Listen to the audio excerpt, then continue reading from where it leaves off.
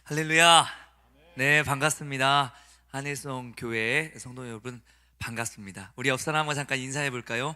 미모가 죄라면 큰일 날 뻔했습니다. 네, 미모가 죄라면 큰일 날 뻔하셨습니다. 네, 제가 사형감이라고 얘기하려다가 참았어요. 그래서 미모가 죄라면 큰일 날 뻔했습니다. 오늘 목사님 통해서 이 교회에 와가지고 재직 세미나라는 거를 저는 교회에서는 이렇게 해봤지만 이렇게 처음 이렇게 해봐요. 그래서 여러분과 함께 귀한 은혜가 함께 있으면 좋겠습니다. 오늘 또 이 은혜를 방해하려고 한지 원고가 갑자기 사라졌어요. 그래서 제 소개를 좀 잠깐 하겠습니다. 한번 띄워봐 주시겠어요? 네. 오늘은 부흥하는 교회에 를 세우는 재직의 사명이라는 제목으로 오늘 세미나를 진행을 하려고 하는데요. 저는 산성 침례교회 담임 목사예요. 38살에 부임했습니다. 그래서 이제 3년이 넘어가는 이 시점에 있고요. 더게이트 청소년 캠프의 수장으로 이렇게 있습니다. 그래서 미자리 개척교회의 청소년들을 섬기고 그 교회 예배를 세우는 그런 일들을 하고 있습니다.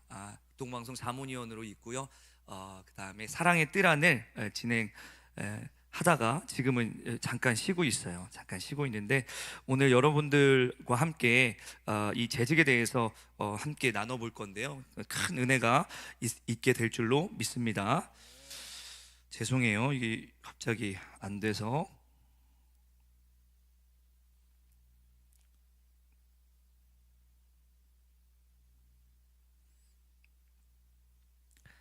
큰 은혜가 있으려니까 이게 방해가 있는 것 같아요. 예,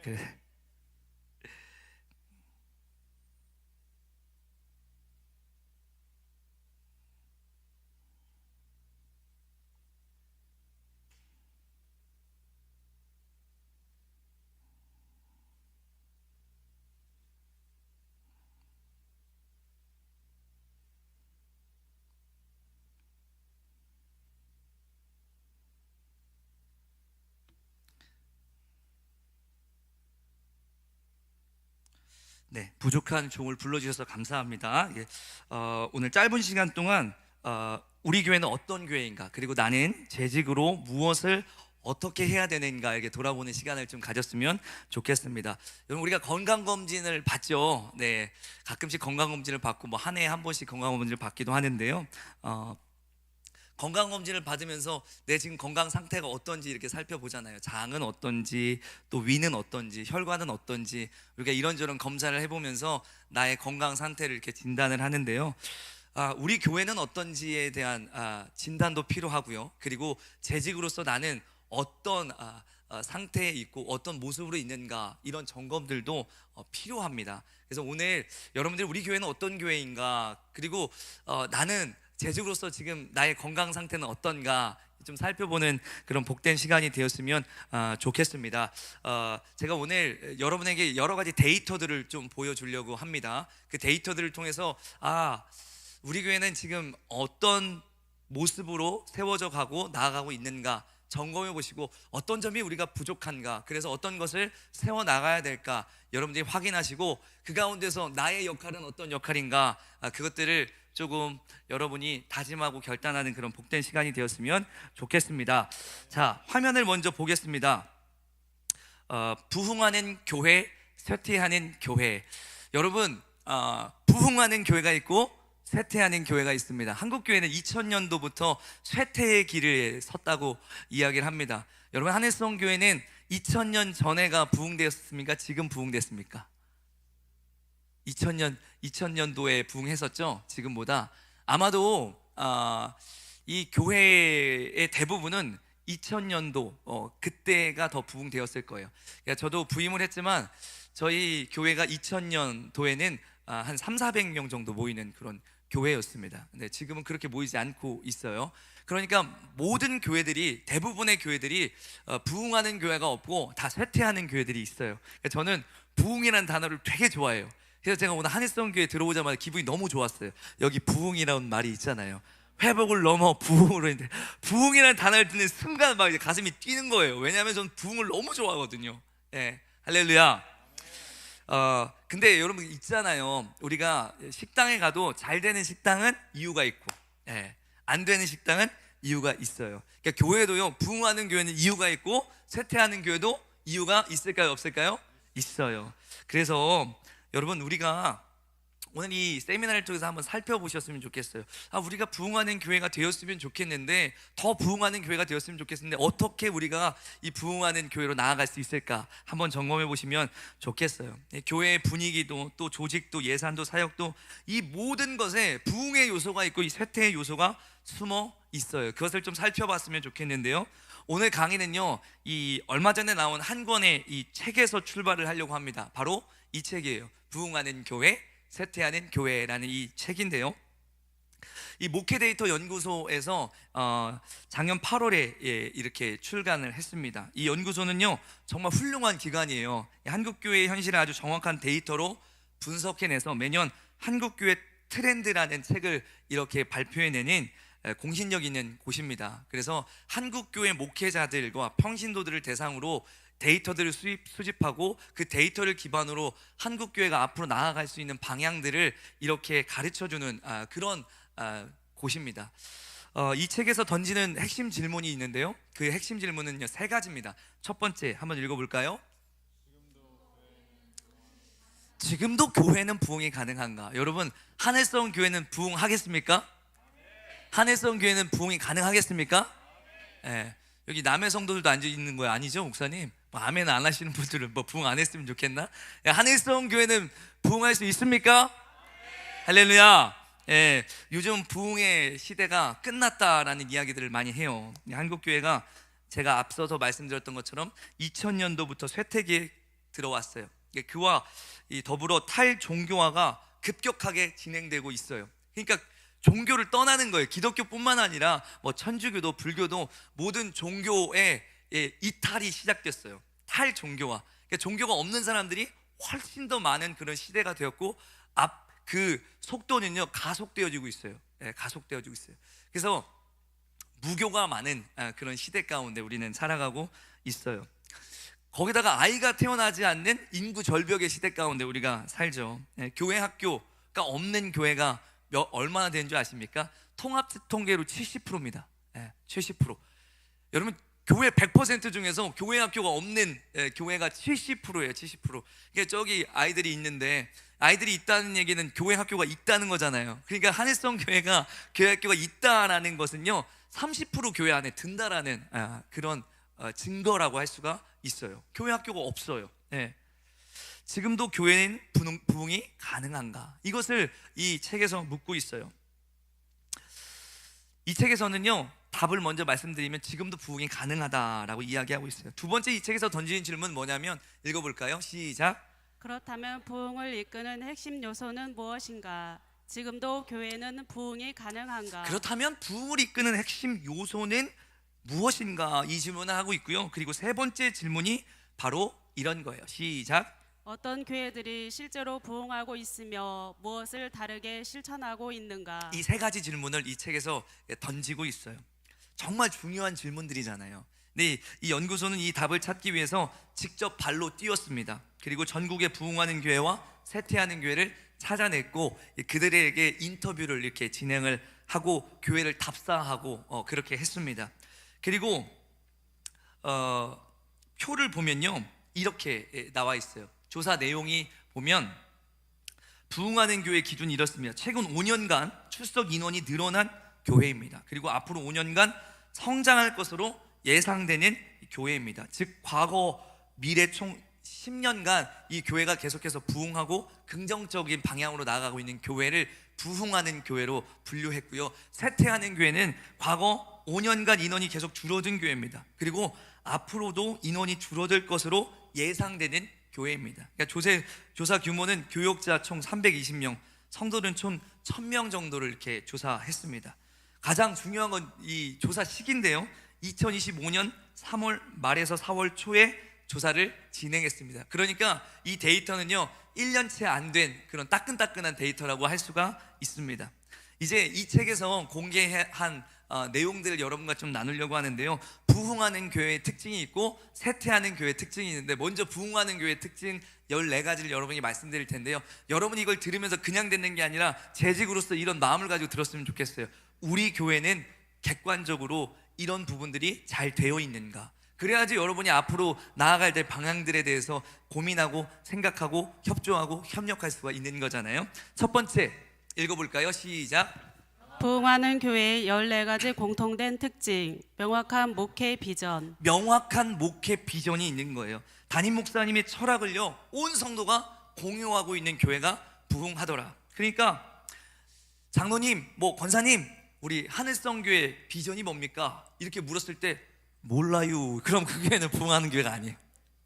그 교회는 답이 없는 교회예요. 그러니까 목사님이 비전을 이 성도들도 같이 공유하고 함께 걸어가는 교회가 부흥하더라는 거예요. 툭 치면 나와요. 툭 치면. 예.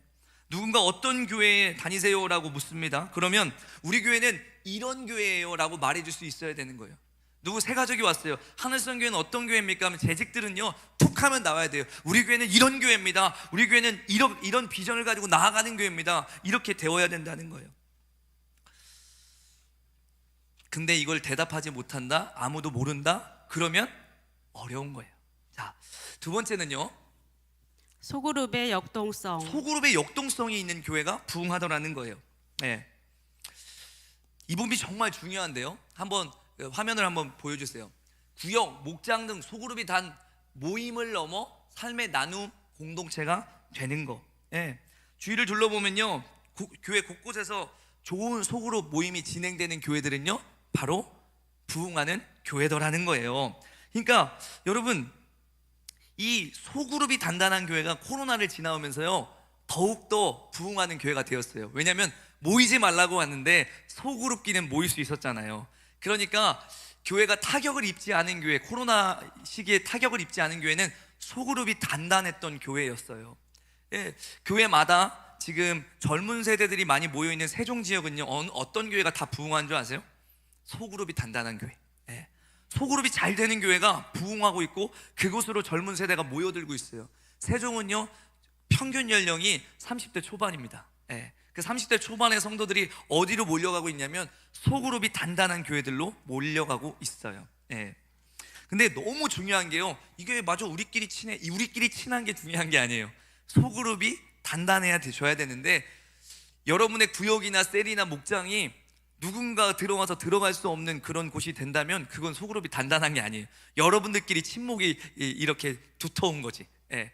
누구나 들어가가지고 삶을 나누고 공유하고 함께 눈물로 기도하고 밀어주고 끌어주고 품어줄 수 있는 그런 소그룹이 있는 교회가 부흥하더라는 거예요. 부흥하는 교회 목회자의 78%가 이렇게 얘기했습니다. 소그룹 모임이 활발하다고요. 네. 반면 쇠퇴하는 교회는 소그룹이 단단한데 쇠퇴하는 교회는 33%였습니다. 그리고 소그룹이 매주 돌아가는 비율도 부흥하는 교회는 70%나 되었어요. 그러니까 조직이 아니라 유기체적으로 연결되어지는 교회들이 계속해서 앞으로 나아가고 성장하고 있다라는 거예요. 여러분은 점검해 봐야 돼요. 우리 교회는 소그룹이 단단한가? 나는 그 소그룹을 든든하게 세워가기 위해서 재직으로서 어떤 역할을 감당하고 있는가? 이런 것들을 우리가 생각해 봐야 돼요. 세 번째는요, 읽어볼까요? 시작. 평신도 사역자 세우기. 평신도를 사역자로 세우는 교회가 부흥하더라는 거예요. 목회자의 권한이요 성도에게 이양이 돼야 돼요. 성도들이 주도적으로 사역을 해야 돼요. 여러분, 이 오래된 교회일수록 목회자의 권위가 이게 높습니다. 성도는 그저 따라가는 위치에 있습니다. 근데 이런 구조로는 교회가 이제는 부흥하기가 어렵다는 거예요. 북치고 장구치고 목사가 다 하면요 그 교회는 소망이 없어요. 예. 성도들이 사역을 맡아서 이것도 하고 저것도 하고 이렇게 해야 되는 거예요. 제가 1년의 공동 목회 기간을 가졌어요. 그리고 부흥하는 교회들을 계속해서 찾아다녔어요. 탐방했어요. 누구를 데리고? 장로님들을 끌고요, 그리고 중직자들을 끌고요, 재직들을 끌고요, 우리 사역자들 데리고요. 근데 이 부흥하는 교회들은 다 평신도가 사역자보다 더 탁월해요. 왜냐하면 평신도들이, 여러분, 부사역자보다 교회를 사랑할까요? 덜 사랑할까요? 훨씬 더 사랑합니다. 저는 모르긴 몰라도 이 교회가 부사역자가 얼마나 있는지는 모르겠지만 여기 앉아 계신 권사님, 장로님들이 하늘성 교회를 훨씬 더 사랑합니다. 그러면 사랑하는 사람이 더 많은 일을 해야 되겠죠. 사랑하는 사람이 더 잘할 수 있을 거 아닙니까? 그렇죠? 저는 그래서 계속해서 사역자들이 하는 일들을 평신도들이 더 탁월하게 해낼 수 있게 훈련이 되고 훈련시키는 교회가 부흥하는 모습을 봤어요. 막 어린아이들이 몰려오는 교회 있어요. 막 저기 군산드림교회를 가봤어요. 아이들이 1000명 이상 모여, 1500명도. 예, 주일학생이 1500명이에요. 성도가 3000명인데요. 어마어마하잖아요. 근데 교사들이요, 교사 모임을 했는데요, 교사들이 몇백 명이에요. 몇백 명이 교사예요. 제 동생이 거기서, 제 동생은 장로교 목사거든요. 저는 침례교 목사고. 제가 원래 장로교 합동 쪽 출신입니다. 근데 그 친구가 군산 드림교회에서 사역을 했는데 1, 2학년을 맡았어요. 교사를 모았는데 200명이에요. 근데 자기는 말씀만 전해요. 뭐 광고팀, 연극팀, 뭐 무슨 팀 막 있는데요, 너무 탁월하게 잘한다는 거예요. 예, 웬만한 사역자는 거기서 명함도 못 내밀겠다고 막 그런 이야기를 하더라고요. 그러니까 사역자가 있다가 나가도 전혀 흔들림이 없는 교회더라는 거예요. 평신도가 단단하게 세워진 교회죠. 이게 평신도가 많이 세워진 교회, 그런 교회가 부흥하더라는 거예요. 그러니까 여러분, 목회자가 동기를 딱 부여하잖아요. 목회자가 감독 역할을 하고, 그리고 그 팀을 주의하고 여러분 모두가 선수가 되셔서 뛰셔야 되는 거예요. 할렐루야. 그때부터 교회에 어마어마한 일들이 일어나는 거예요. 과거에는 어느 목사님이 계시냐가 중요했어요. 아니요, 지금은요, 그 교회 안에 어떤 성도들이 있느냐가 훨씬 더 중요합니다. 과거에는 목사 한 명 보고 교회를 옮겨갔단 말이에요. 아니요, 근데 지금은 그렇지 않습니다. 성도들을 보고 교회에 성도들이 몰려오는 거예요. 할렐루야. 네, 그래서 여러분들이 열심히 일하고 열심히 뛰는 사람들이 되어야 되는 거예요. 야, 그 교회 갔더니 안내팀이 너무 친절하더라. 그 교회 갔더니 밥이 너무 맛있더라. 그 교회 갔더니 찬양이 너무 좋더라. 여러분, 이거 다 누구예요? 성도들이에요. 성도들. 그래서 여러분, 그 교회 또 가고 싶어, 그 교회 좀 가고 싶어, 이렇게 말할 수 있는 교회가 되어야 될 줄로 믿습니다. 네 번째는요, 예배에 감격이 있는 교회가 부흥하더라는 거예요. 형식적인 예배를 넘어서 영적인 터치가 있는 그런 예배가 되어야 돼요. 감동이 있는 예배가 있는 교회, 그 예배가 있는 교회가 부흥하더라는 거예요. 여러분, 예배의 만족도가 얼마나 중요한지 몰라요. 여러분, 재직들은요, 솔직히 한번 이야기해 보세요. 재직들은요, 그냥 다 장로니까 나가서 앉아있는 분도 계세요. 이 자리에도요, 나오라니까 나와서 앉아 계신 분도 계세요. 그러면 안 돼요. 재직들부터도 예배 감격이 있어야 돼요. 형식적인 예배, 습관적인 예배가 드려서는 안 되고 여러분 안에 그 감격이 있어야 된다는 거예요. 우리가 이 예배를 더 뜨겁게 은혜로운 예배로 세우기 위해서 계속 몸부림쳐야 돼요. 예배는 너무 중요해요. 모든 교회, 이 교회의 모든 것들을 움직이게 하는 엔진과 같은 역할을 하는 게 이 예배거든요. 그래서 여러분, 우리가 이 뜨거운 예배, 그리고 감격적인 예배를 세우기 위해서 성도와 목회자가 함께 애쓰고 힘쓰는 그런 교회가 부흥하더라는 것이죠. 다섯 번째는요, 체계적인 양육 시스템이 있는 교회가 부흥하더라는 거예요. 새 가족부터 리더까지 단계별 교육 과정이 이렇게 있는 그런 교회 있잖아요. 성격 공부 알아서 하세요, 뭐 이렇게 하는 교회는 어려워요. 교재는 구역에서 알아서 하세요, 이러면 안 되고요. 새 가족부터 차근차근 이 교회의 핵심 가치를 배워나갈 수 있는 확실한 교육 과정이 있는 교회가 부흥하다라는 거예요. 그리고 여섯 번째, 대사회적인 책임, 지역사회와 연결된 교회, 지역사회에 대한 책임감을 가지고 정말 이 교회가 있음으로 인해서 그 지역이 살고 그 지역이 도움을 받는 그런 교회가 부흥하더라는 거예요. 우리 교회가 이 지역에 존재하는 분명한 이유가 있어야 돼요. 교회의 문을 활짝 열고 지역사회의 필요를 이렇게 채워주는 교회가 돼야 돼요. 저희 교회는 지금 섬기면서 부흥하는 교회라는 비전으로 나아가고 있거든요. 지자체에 조손가정, 그리고 한부모 가정 아이들이 몇 명이나 됩니까? 물었더니 110가정이래요. 그 중에 저희한테 먼저 5가정만 좀 추천해 주십시오. 저희가 정서적인 지원을 하고 싶습니다. 아이들이랑 같이 놀러도 가고요, 또 문화 활동도 같이 하고요, 생일 파티도 해주고요. 아이들이 부모님이 채워줄 수 없는, 엄마가 아빠가 채워줄 수 없는, 할머니가 채워줄 수 없는 것들을 저희가 조금이나마 채워드리고 싶습니다. 그랬더니 지자체에서 나왔어요. 너무 감동받아서 이런 교회를 제가 처음 봤다고 하면서 나왔어요. 근데 젊은 성도들이 거기에 막 열광해요. 저희 교회는 지금 나눔 냉장고를 준비하고 있어요. 이제 이번 주부터 시작해요. 나눔 냉장고. 음식을요, 이렇게 성도들이 주일날 음식을 많이 해요. 많이 해가지고 일부를 이렇게 싸놔요. 그리고 음식을 넣은 날짜를 이렇게 붙여놔요. 포스트잇으로. 그리고 며칠 있으면 폐기하고 이렇게 하면서 필요한 분들 가져가라고, 지역사회에. 이렇게 나눔 냉장고를 이제 시작해요. 그리고 성도들도 일주일에 하나 두 개씩은 갖다 놓도록 신청을 받고 있어요.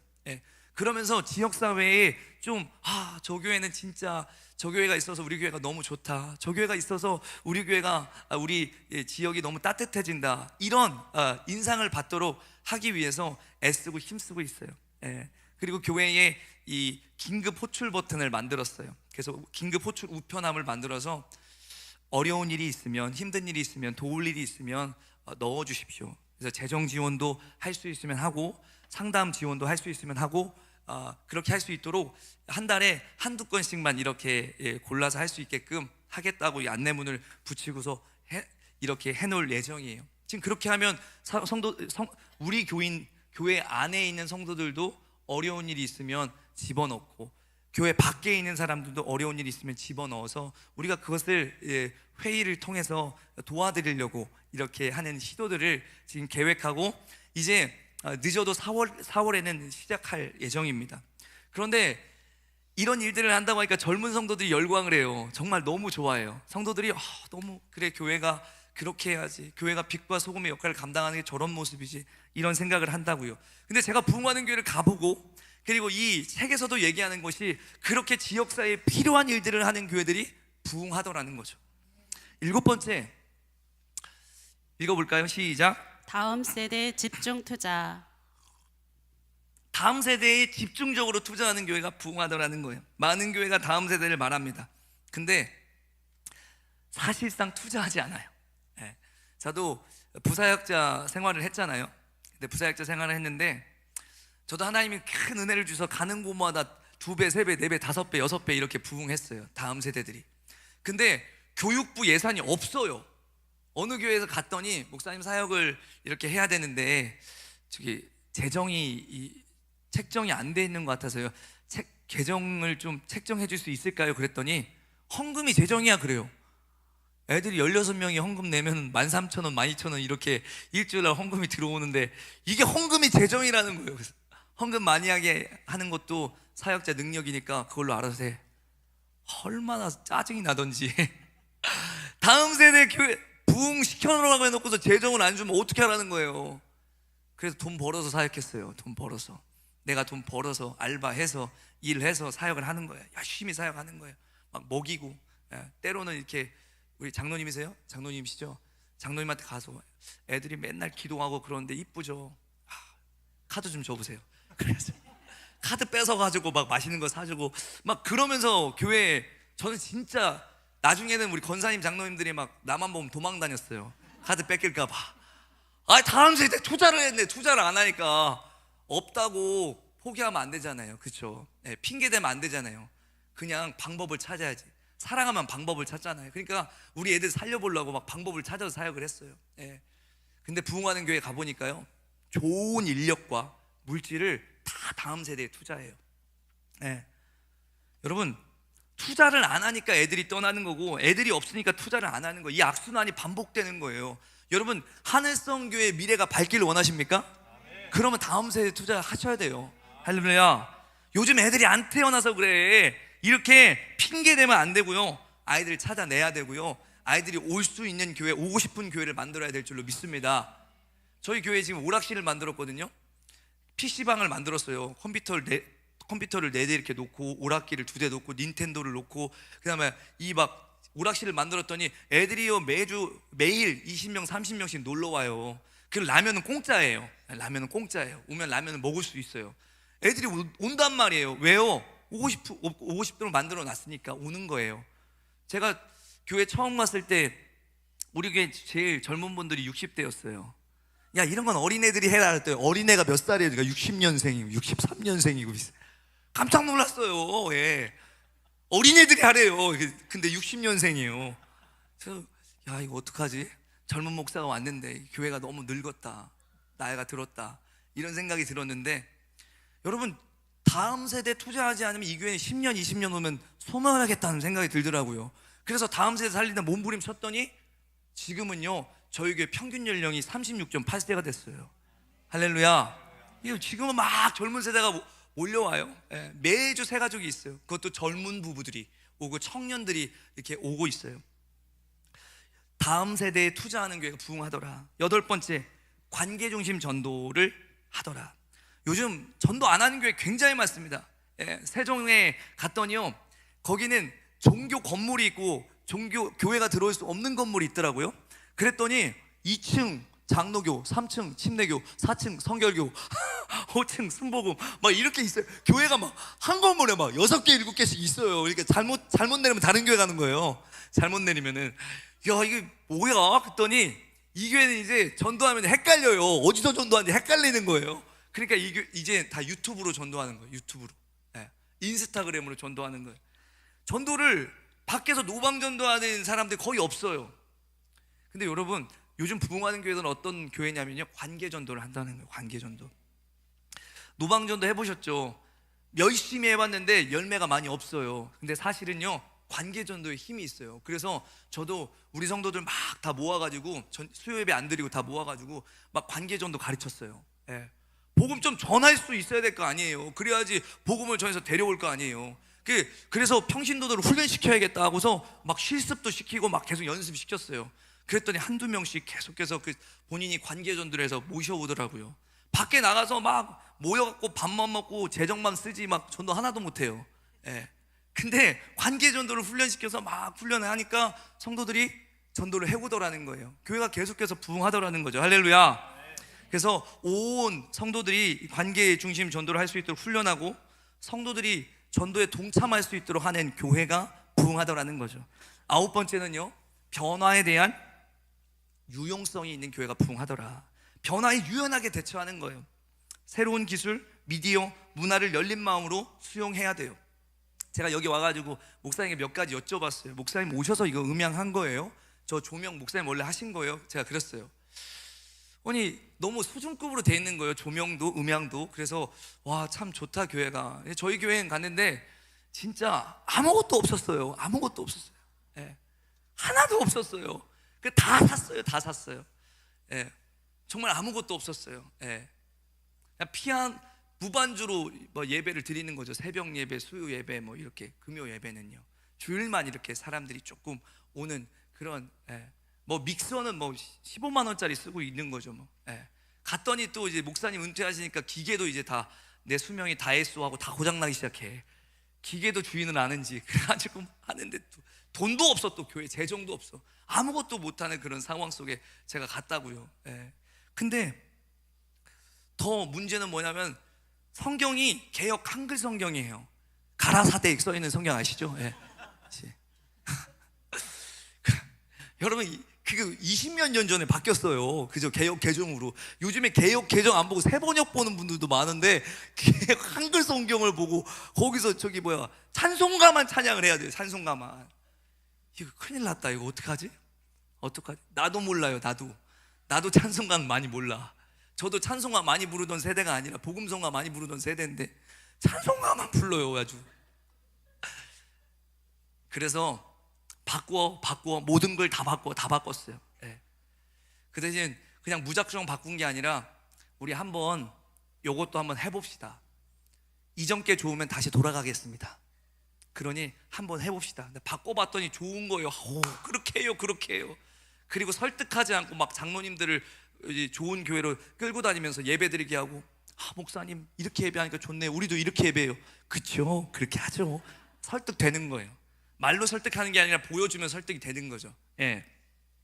변화에 계속해서 대처를 하는 거예요. 그러니까 저희 교회는 계속해서 예배 장소가요 단장되어져요. 새롭게 바뀌어지는 거예요. 바뀌어져요. 얼마 전에 계속 바뀌어가니까요. 본당은 이제 저희가 프로젝트였거든요. 이렇게. 근데 프로젝트였는데 이게 좀 흐리게 보이잖아요. 밑에는 TV를 보다가 이렇게 프로젝트를 보니까, 예전에는 그런가 보다 하고 있었는데 이제 예배 환경이 좋아지기 시작하니까 성도들이 불편하다고 하는 거예요. 프로젝트가. 아 그래요? 그럼 LED로 할까요? 그랬더니 얼만데요? 지금 엄청 비싸요. LED. 저희는 310인치로 했어요. 돈 주고 바꾸려면 한 8천 정도 들어요. 8천 정도. 예. 근데 성도들이 십시일반으로 헌금을 해가지고 했어요. 310인치. 예. 매년마다 성도들이 우리가 더 좋은 환경에서 예배할 수 있도록 또 이 시대를 품을 수 있도록 계속 바꿔가는 거예요. 여러분 요즘에 젊은 세대들은요 딱 교회 갔는데 LED 전광판이 아니잖아요. 그럼 나간대요. 예. 여기 LED 아니다. 여기 큰일 났다. 큰일 났다. 이제 나가겠다. 이제 젊은 사람도 왔다가 바꿔야 돼요. 바꿔야 돼. 변화에 이렇게 우리가 유연하게 대처를 해야 되는 거예요. 고리타분하면 되지 않는다고요. 예. 전통이 중요한 게 아니잖아요. 영혼을 살리는 게 중요한 거잖아요. 더 많은 영혼을 품는 게 중요한 거잖아요. 할렐루야. 제가 장로교 출신이잖아요. 예. 여기 앞에 장로님들 이렇게 보면은 앞에 장로님들 앉아 계시면은 막 그런 농담 있죠. 아 장로님 왜 안 웃으세요? 아니 경직이 경건이 아닌데 왜 이렇게 안 웃으세요? 막 그러면 당회에서 허락이 안 났다고 막 그러세요. 여러분 그러면 안 되잖아요. 우리가 전통을 중요하게 여기는 게 아니라 정말 더 많은 영혼을 품을 수 있는 교회를 만들어가고 세워가야 되는 거죠. 할렐루야. 여러분 요즘에 수도권에서는 어떤 교회들이 나온 줄 아세요? 여러분 애완견을 키우는 인구가 1,000만이 넘었습니다. 이제 여기 뭐 목사님 함부로 막 보신타 먹는다고 그러면 큰일 납니다 진짜. 예, 이제 애완견 인구가 1,000만이 넘었어요. 그래서 지금 서울에 있는 대형 교회들은요 개를 봐주는 전도사를 뽑고 있어요. 개 놀이터가 있다고요. 애완견 놀이터가요. 그러니까 그런 교회에 막 몰려오는 거예요. 왜냐하면 개 봐줄 사람이 없어서 예배를 못 나왔는데 이 교회는 개를 봐준다니까 막 와가지고 막 그 개들 놀이터에다 풀어놓고 자기는 예배 드리는 거예요. 예. 어떤 교회는 흡연실도 만들었어요. 담배 피는 사람 와서 담배 피라는 거예요. 담배 피다 예수님 만나면 담배 끊을 수 있으니까. 담배 피니까 난 교회 못 와. 이 교회의 문턱을 낮춰버린 거죠. 그랬더니 아직 흡연하지만 그래도 흡연실에 있다는 교회가 있다는 거에 소망을 가지고 막 가가지고 담배 피고 예배 드리고 그러다가 예수님 만나서 담배 끊고 뭐 이런 은혜들이 있다라는 거예요. 그러니까 여러분 이게 처음엔 욕먹었단 말이죠. 아니 그런데 변화에 유연하게 대처하는 이 교회 모습들이 부흥으로 이끌었다는 거죠. 10번째, 강력하게 환대하는 분위기가 그 교회 안에 있다라는 거예요. 여러분 이게 정말 중요해요. 여러분 새 가족이 왔을 때 여러분 어떻게 반응하세요?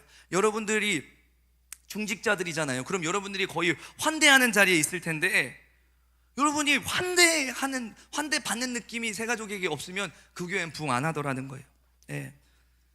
누가 오든지 간에 정말로 환영받는다는 느낌을 주는 그런 교회들이 부흥하더라는 거예요. 그래서 막 새 가족들이 오면은 막 그 연령에 맞는 섬김이를 붙이고 새 가족 팀이 섬기고 목사님이 섬기고 막 3, 4명, 5명 막 붙는 거예요. 대접받는 느낌을 받는 거죠. 예. 혹시 여러분 새 가족이 왔는데 아래 위로 훑었다? 큰일 나요. 큰일 나. 무슨 새 가족이 많은데 쟤는 뭐요? 왜 왔어? 여러분 이런 표정으로 하면 교회의 부흥 가로막는 재직들이 되는 거예요.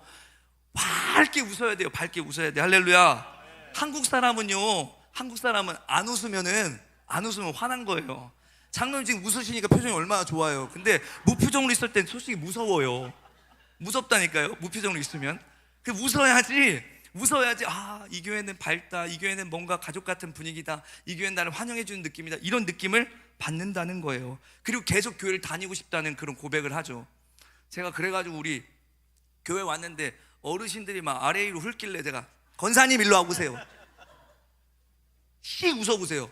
그래서 막 이 표정을 연습시켰어. 예. 여러분 그래서 옆 사람 인사해 보세요. 낙하산과 얼굴은 펴져야 삽니다. 예. 여러분의 얼굴이 펴져야지 여러분 교회에 오는 새 가족들이 환대받는 느낌을 받고 교회에 정착하게 될 줄로 믿습니다. 참 재밌는 건요, 저희 교회에 동구에서 오는 성도들이 있어요. 멀리서 와요. 멀리서 막 30분 40분 걸려서요. 근데 왜 오는 줄 아세요? 그분들이 하는 얘기가 있어요. 이 교회에 오니까 환대받는 느낌을 받았대요. 가족 같은 느낌을 받았고 저희를 사랑해 주는 느낌을 받았고 막 너무 여기 오면 마음이 따뜻해졌대요. 근데 그거를 성도들한테 훈련시켰어요. 새가족팀한테 훈련시켰어요. 예. 그러니까 그 목회자의 설교 이외에 중직, 재직, 새가족 팀들의 그 환대하는 분위기, 그 분위기 속에서 성도들이 감동을 받더라는 거죠. 할렐루야. 11번째 부흥하는 교회는 어떤 교회냐? 리더십에 대한 신뢰가 있는 교회예요. 정말 중요해요. 당회와 중직자들, 목회협력위원회와 이 중직자들, 재직들이 담임 목사님을 전적으로 신뢰하고 지지하고 있습니까? 예? 의외로 여기서 점수가 깎이는 교회들이 많이 있어요. 예. 목회자를 믿지 못하면 어떻게 될까요? 서로 견제하게 돼요. 견제하면 어떻게 돼요? 앞으로 나아갈 수가 없어요. 여러분, 우리나라 정치를 보세요. 야당이 집권하든 여당이 집권하든, 진보가 집권하든 보수가 집권하든 서로가 발목을 붙잡으니까 앞으로 못 나가는 거 아니에요? 여러분, 미국의 민주주의는 어떻습니까? 한 당이 되면 그 당이 다 맡아서 해보는 거예요. 전폭적인 지지를 받으면서 해보는 거죠. 그러니까 어떤 결과에 대한 평가도 가능한 거예요. 근데 한국의 정치는 그렇지 않죠. 서로 발목을 붙잡죠. 여러분, 교회 안에 이 재직과 목사님이 서로 살얼음판을 걷듯이 견제하는 교회가 되잖아요. 그 교회는 부흥할 수가 없어요. 부흥할 수가 없어요.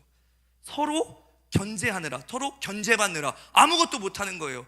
여러분, 이 감정노동하고 다른 데 에너지를 다 쓰는데 어떻게 목회에 에너지를 쏟겠어요? 그러니까 지지하는 그런 분위기가 될 때 그 교회가 부흥하더라는 거예요. 저는 논산에서 신앙생활 했거든요. 논산에서 제일 큰 교회에서 이 신앙생활 했어요. 논산 중앙장로교회라고요. 성도가 한 3-4천 명 되는 교회였어요. 제가 다닐 때요. 목사님 그 당회실에 들어가면요, 이쪽에 의자가 25개, 이쪽에 의자가 25개, 가운데 의자가 하나 딱 있어요. 그러니까 장로님들이 막 40명, 50명 되죠. 쫙 있어요. 거기 들어가면 숨 막혀요. 근데 담임 목사님이 당회를 인도하실 때 어떻게 하는 줄 아세요? 가운데 자리에 안 앉으세요. 그리고 옆에 앉으세요. 딱 뭐라고 얘기하시냐면, 저 자리는 주님 자리입니다. 우리 주님 앞에서 회의합시다. 아무도 소리를 내는 사람이 없어요. 목사님의 그 리더십 앞에 딱 굴복해서 목사님을 지지하면서 나아가고자 하는 방향들의 힘을 실어주니까 교회가 막 부흥하는 거예요. 예. 여러분, 제가 기억 남았던 게, 목사님이 겨울이 되면요, 난방을 안 했어요. 교회 난방을 안 해요. 그래서 다 패딩을 입고 오라고 했어요. 패딩을 입고 오고 장갑을 끼고 오라고. 우리는 성도들이 많아서 같이 붙어있으면 별로 안 춥다고. 난방을 아끼고요, 뭐라고 했냐면, 논산에 겨울을 춥게 보내는 사람들 따뜻하게 보낼 수 있도록 우리 불우이웃 헌금합시다. 우리 교회 난방 아끼고. 성도들이요 막 다 호응을 하면서, 장로님들부터 호응을 하고 성도들이 호응하면서, 그래, 우리는 한 주에 한 번 추우면, 우리가 한 주에 한 번 추우면 논산에 불우한 이웃들이 따뜻하게 겨울 보낼 수 있다면 그렇게 하자. 교회가요, 목사님의 말씀에 딱 정렬돼 가지고 딱 가니까요, 얼마나 이 교회가 앞으로 계속 나아가는지 몰라요. 저도 교회를 처음에 딱 왔는데 아들보다 어린 목사가 왔잖아요. 깜볼 수 있죠, 그렇죠? 깜볼 수 있죠. 근데 제가 조금만 이렇게 대화해보면 깜볼 만한 사람은 아니에요. 예, 그죠? 그래가지고 장로님들하고 처음에 힘겨루기를 조금 했어요. 힘겨루기를 하고, 그렇게 힘겨루기 하는 과정 속에서 또 하나님이 또 은혜를 주시고 역사해 주셔서 이 리더십이 인정이 되어지고 교회가 막 성장하고 부흥하니까 지금은 장로님들이 저를 전적으로 이렇게 믿어주고 호응해 주시고 가요. 그러니까 어떻게 가냐면, 교회가요 그냥 계속해서 앞으로 가는 거예요. 뒤돌아볼 길이 없어요. 부흥을 계속해서 하는 거예요. 저희는 그래서 지금 제가 왔을 때보다 교회가 2.5배 부흥했고, 재정은 3배 이상 부흥했어요. 예. 그러니까 이게 그냥 되는 게 아니에요. 그냥 목회자를 믿고 신뢰하고 함께 거기에 정렬돼서 갈 때 교회는 부흥하더라는 거죠. 12번째, 기도와 영성의 중심의 사역이 있는 교회. 기도가 뜨거운 교회, 영성 중심의 교회가 부흥하더라는 거예요. 그러니까 모든 사역의 기초를 기도회와 영적 훈련에 두는 거예요. 여러분, 세퇴하는 교회 가보면요, 자는 건지 기도하는 건지, 자는 건지 교회 안에 기도가 없어요. 영성이 메말라 있어요. 저희 교회 이야기여서 부끄럽지만 처음에 교회를 부임해서 갔는데요, 수요 예배 3명 드려요. 수요 예배 3명, 금요 예배 2명 드려요. 새벽 예배 빵명. 사역자들끼리 드리는 거예요. 제 아내하고 저하고요 정말 절망했어요. 잘못 왔나? 개척하는 게 낫지 않나? 이런 생각이 들었어요. 혼자서 저희 아내하고 둘이 막 촤 하면서 막 부르짖어요. 막 기도하는 거예요. 막 촤. 우리 원로 목사님 조용히 해. 조용히 기도해. 성도들이 골방으로 들어가게 조용히 기도해. 그 골방이 아닌데. 제가 그래서 목사님 죄송하지만 목사님 생각하는 골방이랑 제가 생각하는 골방은 다른 것 같습니다. 하나님 앞에 부르짖으면서 주변 사람은 하나도 없고 주님과 독대하는 자리까지 가는 게 골방이라고 생각합니다. 다른 거는 하라는 대로 해도 이거는 제가 하고 싶은 대로 하겠습니다. 그러고 막 부르짖기 시작했어요. 그랬더니 한 사람 한 사람 재직들이 부르짖기 시작하더라고요. 교회가 살아나는 거예요. 할렐루야. 그러니까 막 영성 훈련을 얼마나 시켰는지 몰라요. 금요일 날 우리 교회 금향로 기도회라고 이름해서 우리 기도의 향을 주님 앞에 올려드리는 기도회라고 해서 막 엄청나게 기도했어요. 그때 특별 집회도 많이 하고 막 뜨거운 찬양도 하고 막 우리 교회 찬양팀이 없으면 외부 찬양팀 불러서라도 막 뜨겁게 예배를 했어요. 그러니까 기도가 살아나는 거예요. 영성이 살아나는 거예요. 예배가 살아나는 거예요. 그러니까 헌신도 봉사도 다 살아나고 모든 것이 살아나요. 할렐루야. 예수님 교회 정체성을 선포하셨죠. 내 집은 만민이 기도하는 집이라. 여러분, 기도하기를 포기한 교회는요 성장하기를 포기한 교회고 교회이기를 포기한 교회입니다. 그래서 기도하는 교회가 되어야 될 줄로 믿습니다. 특별히 재직들은 기도하는 분들이 되어야 돼요. 어느 교회나 담임 목사님의 목회 철학을 무조건 믿고 따라주는 30%의 충성스러운 교인이 있대요. 저는 여러분들이 그 30%의 교인들이 되어야 된다고 생각합니다. 아멘. 어떤 상황에서도 앞장서서 목사님이 저기 가자 하면은 함께 이렇게 올 수 있는 교회, 힘을 모아줄 수 있는 교회, 어떤 일을 하려고 할 때 함께 무릎 꿇고 부르짖어 기도해 줄 수 있는 그런 교회가 되어야 돼요. 그런 분위기를 누가 만드냐면 재직이 만든다고요. 할렐루야. 저는 오늘 이 자리에 계신 하늘성 교회 이 재직들이 기도의 자리를 지키는 30%, 이 교회를 기도 중심의 교회, 영성 중심의 교회로 세워가는 그 30%의 교인들이 될 수 있기를 예수님의 이름으로 축복합니다. 그러니까 여러분들만 사역에 동참하고 뜨겁게 기도할 때 교회의 공기가 바뀌어요. 분위기가 바뀌어요. 그럼 교회는 살아나게 될 줄로 믿습니다. 13번째, 투명한 재정 운영이에요. 의외로 돈 때문에 교회에 큰 문제들이 생기는 일들이 많이 있어요. 특히 남자 성도님들은 불투명한 재정을 참지 못해요. 요즘은 젊은 성도들이 이 불투명한 재정 운영에 대해서 정말로 반기를 많이 들고 힘들어하죠. 어떤 분들은 점잖하게 이야기하지만 어떤 분은 싸워요. 멱살을 잡기도 하죠. 결국 교회는 정말 귀한 일꾼들을 잃어버려요. 뭐 때문에요? 투명하지 못한 재정 운영 때문에요. 이게 교회 안에서 조심해야 될 가장 치명적인 문제입니다. 그래서 헌금이 어디로 가는지 어떻게 쓰이는지 교인들이 투명하게 알 수 있도록 해야 되는 거예요. 그 일을 위해서 재정부는 꼼꼼하게 재정을 또 관리하셔야 되고, 재직들은 보이지 않는 곳에서 헌신하는 재정부의 꼼꼼한 수고를 또 알아주셔야 되고, 그렇게 교회를 투명하게 이끌어갈 수 있도록 여러분들이 귀한 역할들을 해주셔야 될 줄로 믿습니다. 그리고 14번째가요 바로 효율적인 행정이에요. 행정이 효율적이지 못하면 어떻게 될까요? 사역에 병목 형상이 일어나요. 이것이 멀쩡한 도로인데 한 차선만 이렇게 꽉 차 있으면 되겠어요? 안 되겠어요? 안 되죠. 다른 차선은 텅텅 비어 있는 것 같아요. 어떤 부서는 사람이 많은데 어떤 부서는 사람이 없어요. 그래서 제가 다니던 교회는 성가대를 없애버렸어요. 충성하는 사람도 성가대 다 있어. 다른 데에는 사역이 못 돌아가, 안 돌아가. 여러분, 만약에 하늘성 교회가 성가대만 많고 다른 데에 일꾼이 없다면 성가대를 없애서라도 다른 데를 살려야 돼요. 그런데 이 전통적인 교회들은 이 성가대 없으면 교회가 없어지는 줄 알고 막 그렇게 하는데, 저희도 지금 성가대 있거든요. 그런데 제 목표는 성가대를 없애는 거예요. 성가대를 없애는 거예요. 왜냐하면 성가대 일꾼이 너무 많아요. 다른 데에 일할 수 있는 일꾼들이 너무 많아요. 다른 데는 부족한데 저기만 사람이 많아. 그리고 초청잔치를 해도 성가대에 서야 돼가지고 초청잔치 전도를 못 해온대. 그럼 없어져야죠. 그럼 없어져야죠. 효율적인 행정. 그래서 저도 어디에 누가 필요할까 잘 봐요. 막 드러나기를 좋아하는 사람은 막 찬양팀 같은 거 세워야 돼요. 예. 드러나는 것도 싫어하는 사람이 있잖아요. 그런 건 안 보이는 데서 이렇게 하는 일들을 시켜야 돼요. 근데 드러나는 거 좋아하는 사람을 드러나는 거 안 시키고 막 뒤에서 막 이렇게 하잖아. 그럼 그 사람 미쳐, 막 환장해, 막 죽을라 그래. 근데 드러나는 거 싫어하는 사람을 막 숨어서 뒤에서 막 묵묵히 섬기는 일 시키면 막 죽을라 그래. 예. 드러난 거 싫어하는데 막 앞에 드러나는 일 시키면 그 사람도 막 너무 괴로워하고 힘들어하죠. 그러니까 그렇게 효율적인 행정들을 이렇게 하는 교회가 부흥하더라는 거예요. 여러분 교회는 이 14가지 특징 교회 몇 개가 있는 것 같아요. 예. 그리고 뭐가 부족한 것 같아요. 예. 여러분 이것들을 한번 여러분들이 돌아보셔야 돼요. 아, 우리 교회가 좋은 교회가 됐으면 좋겠다. 부흥하는 교회가 될 수 있었으면 좋겠다. 그렇다면 우리 교회가 지금 어느 위치에 있는지 이런 데이터들을 통해서 여러분들이 한번 점검해 봐야 된다는 거예요.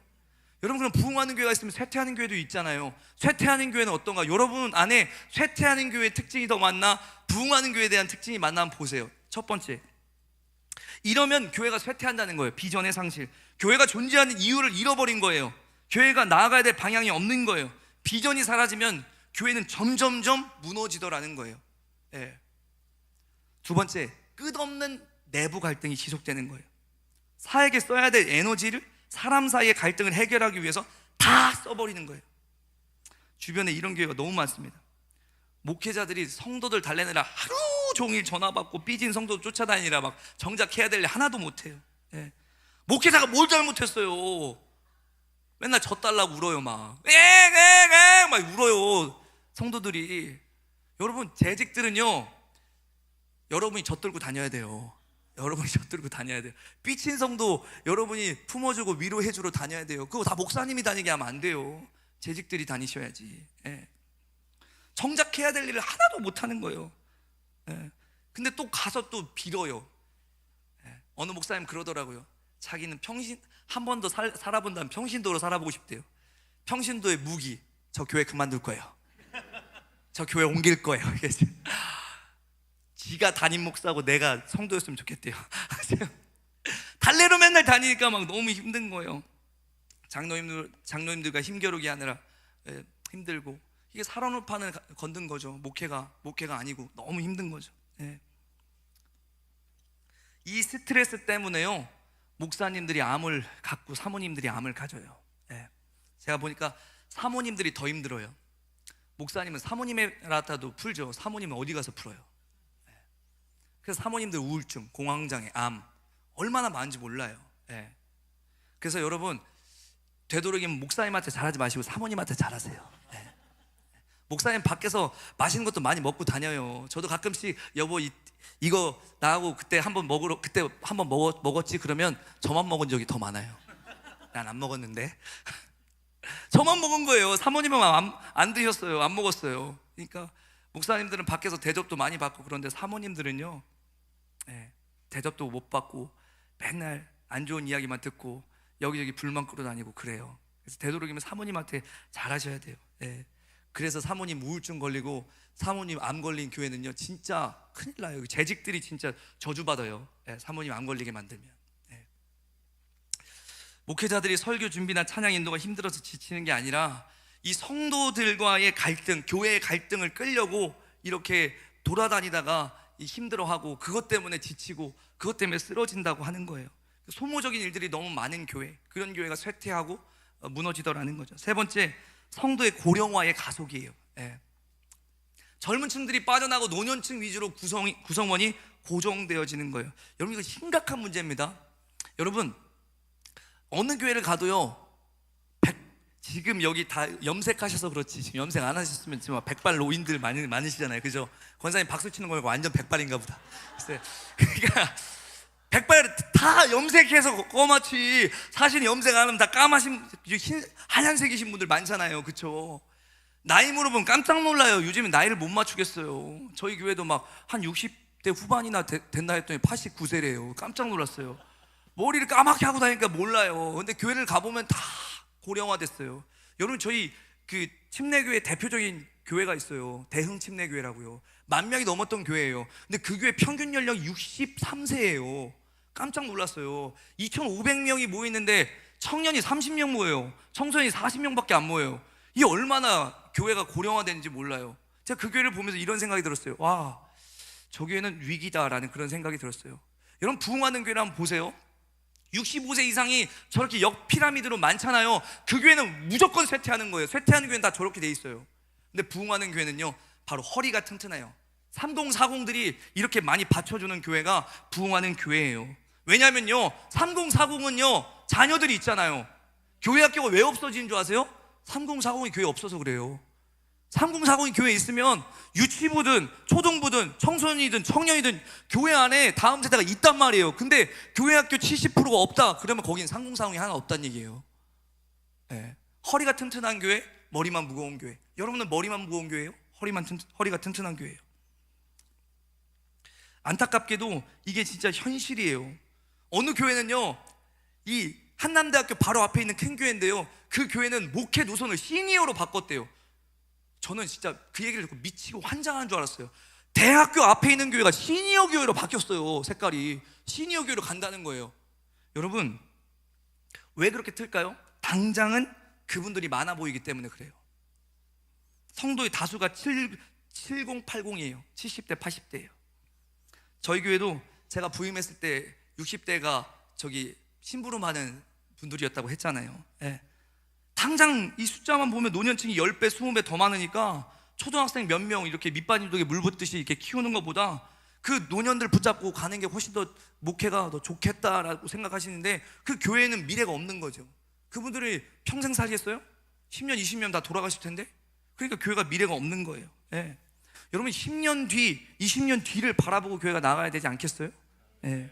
그래서 연세가 드신 성도님일수록 더 가치 있고 의미 있는 노년을 보내셔야 돼요. 근데 그 노년은요, 바로 다음 세대를 세우고 다음 세대가 이 교회에 올 수 있도록 교회를 세운 일, 그 일에 여러분들이 초점을 맞추고 집중해야 될 줄로 믿습니다. 주님이 너 뭐 하다 왔냐 하면 저 혼자 잘 먹고 잘 살다 왔습니다, 그렇게 하시면 안 되고요. 저 우리 교회 다음 세대 살리다 왔습니다. 예, 여러분, 소멸하는 교회가 되면 안 되잖아요. 계속해서 유지되는 교회, 부흥하는 교회가 되려면 여러분 진짜로 이 성도의 고령화의 가속을 막으셔야 됩니다. 할렐루야. 그래서 제가 우리 성도들한테 늘 하는 얘기가 있어요. 우리 교회 늙은 교회라고 얘기하지 마세요. 36.8세예요 늙은 교회라고 지금 얘기하면 주대기 때릴 거예요. 이렇게 내가 늙은 교회 아니다, 늙은 교회 아니다, 젊은 교회다, 젊은 교회다. 예. 이 성도의 고령화를 막지 않으면 교회의 미래는 없다고 보셔야 돼요. 예. 네 번째, 전통에만 고착하는 교회가 쇠퇴하더라는 거예요. 우리 교회 전통에 의하면, 이게 정말 무서운 말이에요. 원래는 그렇게 안 했는데 새로운 시도를 거부해요. 예. 쇠퇴하는 교회는 그래요. 그래서 교회 피아노 옮기려면 1cm씩 1년에 옮겨야 된다는 그런 우스갯소리도 있잖아요. 1cm씩 옮겨야 돼요. 그만큼 옛 습관을 바꾸기가 쉽다, 어렵다? 어렵다는 거예요. 여러분, 아름다운 전통을 지켜야 되겠죠. 예, 지켜야죠. 전통을 다 없애자는 게 아니에요. 아름다운 전통을 지켜야 되는데, 목회자가 뭐 새로 왔다고 주보, 찬양, 예배 순서 등을 하루아침에 싹 다 바꾸면 큰일 나겠지만, 익숙한 것들을 존중해 주면서 서서히 교회가 바뀌어 나가야 되는 거예요. 전통에만 고착하면 어려운 거예요. 안 되는 것을 계속 고집하고 하면 안 되죠. 새로운 거, 더 좋은 것을 찾아서 해야 되는 거죠. 할렐루야. 제가 그래서 저희 부사역자들한테도 얘기해요. 안 되는 방식대로 계속 하지 말고 되는 방식을 찾아서 하자. 우리 왜 안 되는 방식대로 돌대가리처럼 계속 안 되는데 계속 그렇게 하냐, 바꿔서 해야지, 그렇게 얘기한단 말이에요. 예. 시대를 알아야 되고 트렌드를 알아야 되겠죠. 예. 두총구 시대 지나갔는지 애들 이제 막 목사님이 전사님이 두총구 사줄게 이러면, 아, 두총구 시대 지났어요 이런다고요. 두총구가 뭔지도 모르면 심각한 문제가 있는 거예요. 요즘 또 버터떡이 유행이에요. 버터떡. 예. 그래서 제가 두총구가 한참 유행일 때 막 신방 다니면서 두총구를 선물했어요. 권사님, 이게 뭔 줄 알아요? 2시간 줄 서서 사야 되는 두총구예요 이러면서 막 출고 다녔다고요. 예. 여러분, 예전에 제가 성도들한테 얘기했어요. 부모님을 자녀들이 공경하는지 안 공경하는지 테스트하는 방법이 있다고. 야, 그 두총크가 뭐냐? 나 두총크 그거 먹고 싶더라. 그렇게 얘기해서 다음날 사오면은 진짜 부모를 공경하는 거라고. 왜냐면 사기가 어려웠거든요. 여러분들 중에서 젊은 자녀분들이 있는 분들 이렇게 한번 해보세요. 야, 그 딸기 시루가 그렇게 맛있다는데 그 성심당 그거 한번 먹고 싶다. 한번 해보세요. 2시간 줄 서야 되거든요. 그거 사오면은 진짜 부모를 공경하는 거예요. 그거 사오면. 아무튼 여러분, 우리가 전통에 고착되면 안 돼요. 좋은 것들을 계속해서 발견하고 그리고 그것들을 해보려고 애써야 된다라는 거예요. 옛날 방식이 맞다? 절대 못 바꾼다? 여러분, 이런 마음들이 여기 재직들에게 있다면요, 바꾸시길 바래요. 바꿔야 됩니다. 좋은 것이 있으면 좋은 것으로 바꿔야죠. 제가 아까 얘기했잖아요. LED 이거 LED 바꿔야 돼요. 바꿔야 돼요. 이렇게 좋은 음향하고 조명을 해놓고 LED를 하면 어떡해요? LED를 안 하면 어떡해요? 5번째, 예배의 매너리즘이에요. 매너리즘. 기대감 없이 습관적으로 예배를 드립니다. 예배의 감격과 은혜가 없어요. 이것만큼 무서운 병이 없어요. 예배는 교회 엔진이라고 이야기했잖아요. 예배가 제대로 되지 않으면 교회 모든 사역과 영역에 빨간불이 이제 켜지는 거예요. 빨간불이. 쇠퇴하는 교회는요, 성도들도 그리고 설교자도 예배의 매너리즘에 빠져 있어요.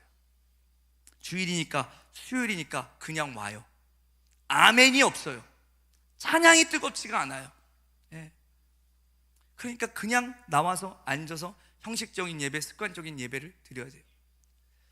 제가 교회 왔는데 예배가 회복되니까요, 성도들이 다 울고 나가요. 울고 나간다. 밝은 모습으로 나가요. 찬양하다 울고, 기도하다 울고, 말씀 듣다 울고. 예배 감격이 있어야 돼요. 예배 하나 살았더니 다 살아난다니까요. 다른 건 제가 손댄 적이 없어요. 예배 하나 세우려고 몸부림쳤더니 예배가 막 살아나니까 다른 게 다 살아나는 거예요.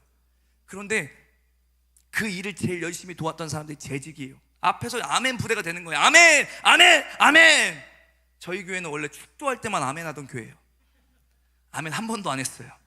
축도할 때만 아멘 하는 교회인데 지금은 아멘이 떠나가듯이 어디 가도 우리 교회만큼 아멘 하는 교회가 거의 없을 정도로 이제는 아멘을 많이 하고 뜨겁게 하는 그런 교회가 돼버렸어요. 근데 그 역할들을 재직들이 해줬다는 거예요. 할렐루야.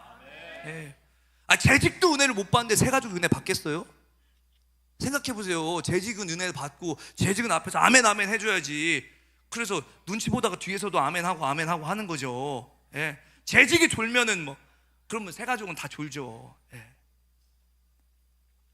6번째, 폐쇄적인 소그룹. 교회 안에 소그룹이 아예 없는 건 아니에요. 있기는 있어요. 근데 이름만 있어요. 교회 끼리끼리 문화가 있는 거예요. 새가족이 도저히 들어갈 틈이 없어요. 아무도 그 곁을 내주지 않아요. 심지어 자기들 마음에 안 들면 막 은근히 따돌림시키고 막 그래요. 여러분, 이런 그 폐쇄적인 소그룹은요, 교회가 성장하고 부흥할 수가 없어요. 고인물, 고인물이라 그러죠. 고인물. 교회 안에 재직들이 고인물이 되면 안 돼요. 야, 우리 여기는 아무도 못 들어와. 이렇게 되면은 교회는 그냥 쇠퇴하는 길로 간다는 거예요. 7번째, 지역사회와 단절된 교회. 교회 동네에 한가운데 외딴섬처럼 이렇게 떠 있으면, 교회가 외딴섬처럼 떠 있으면 안 돼요. 높은 성벽을 쌓고 고립되어 있으면 안 돼요. 교회가 얼마나 좋은 위치에 있어요. 너무 지역사회에 친근하게 다가갈 수 있는 그런 위치에 있잖아요, 우리 한일성 교회가. 근데 우리만의 리그, 우리만의 세계를, 이 탑을 쌓으면 돼요, 안 돼요? 안 돼요, 안 돼. 교회가 있는지 없는지, 저기서 뭘 하는지 이렇게 되면 안 된다고요. 지역사회와 함께 가는 그런 교회가 돼야 되는데 안타깝게도 그런 교회들이 너무 많은 것 같아요. 여러분, 갈릴리와 사해를 아세요? 이 갈릴리와 사해는요, 특징이 있어요. 똑같이 요단강 물을 받아요. 그런데 갈릴리는 받아서 흘려보내는 이 바다고요. 사해는요, 그냥 거기 흘려보내지 않고 가둬놓는 거예요. 그러니까 사해는 죽은 바다라고 이야기하는 거예요. 갈릴리는 생명력이 넘쳐요.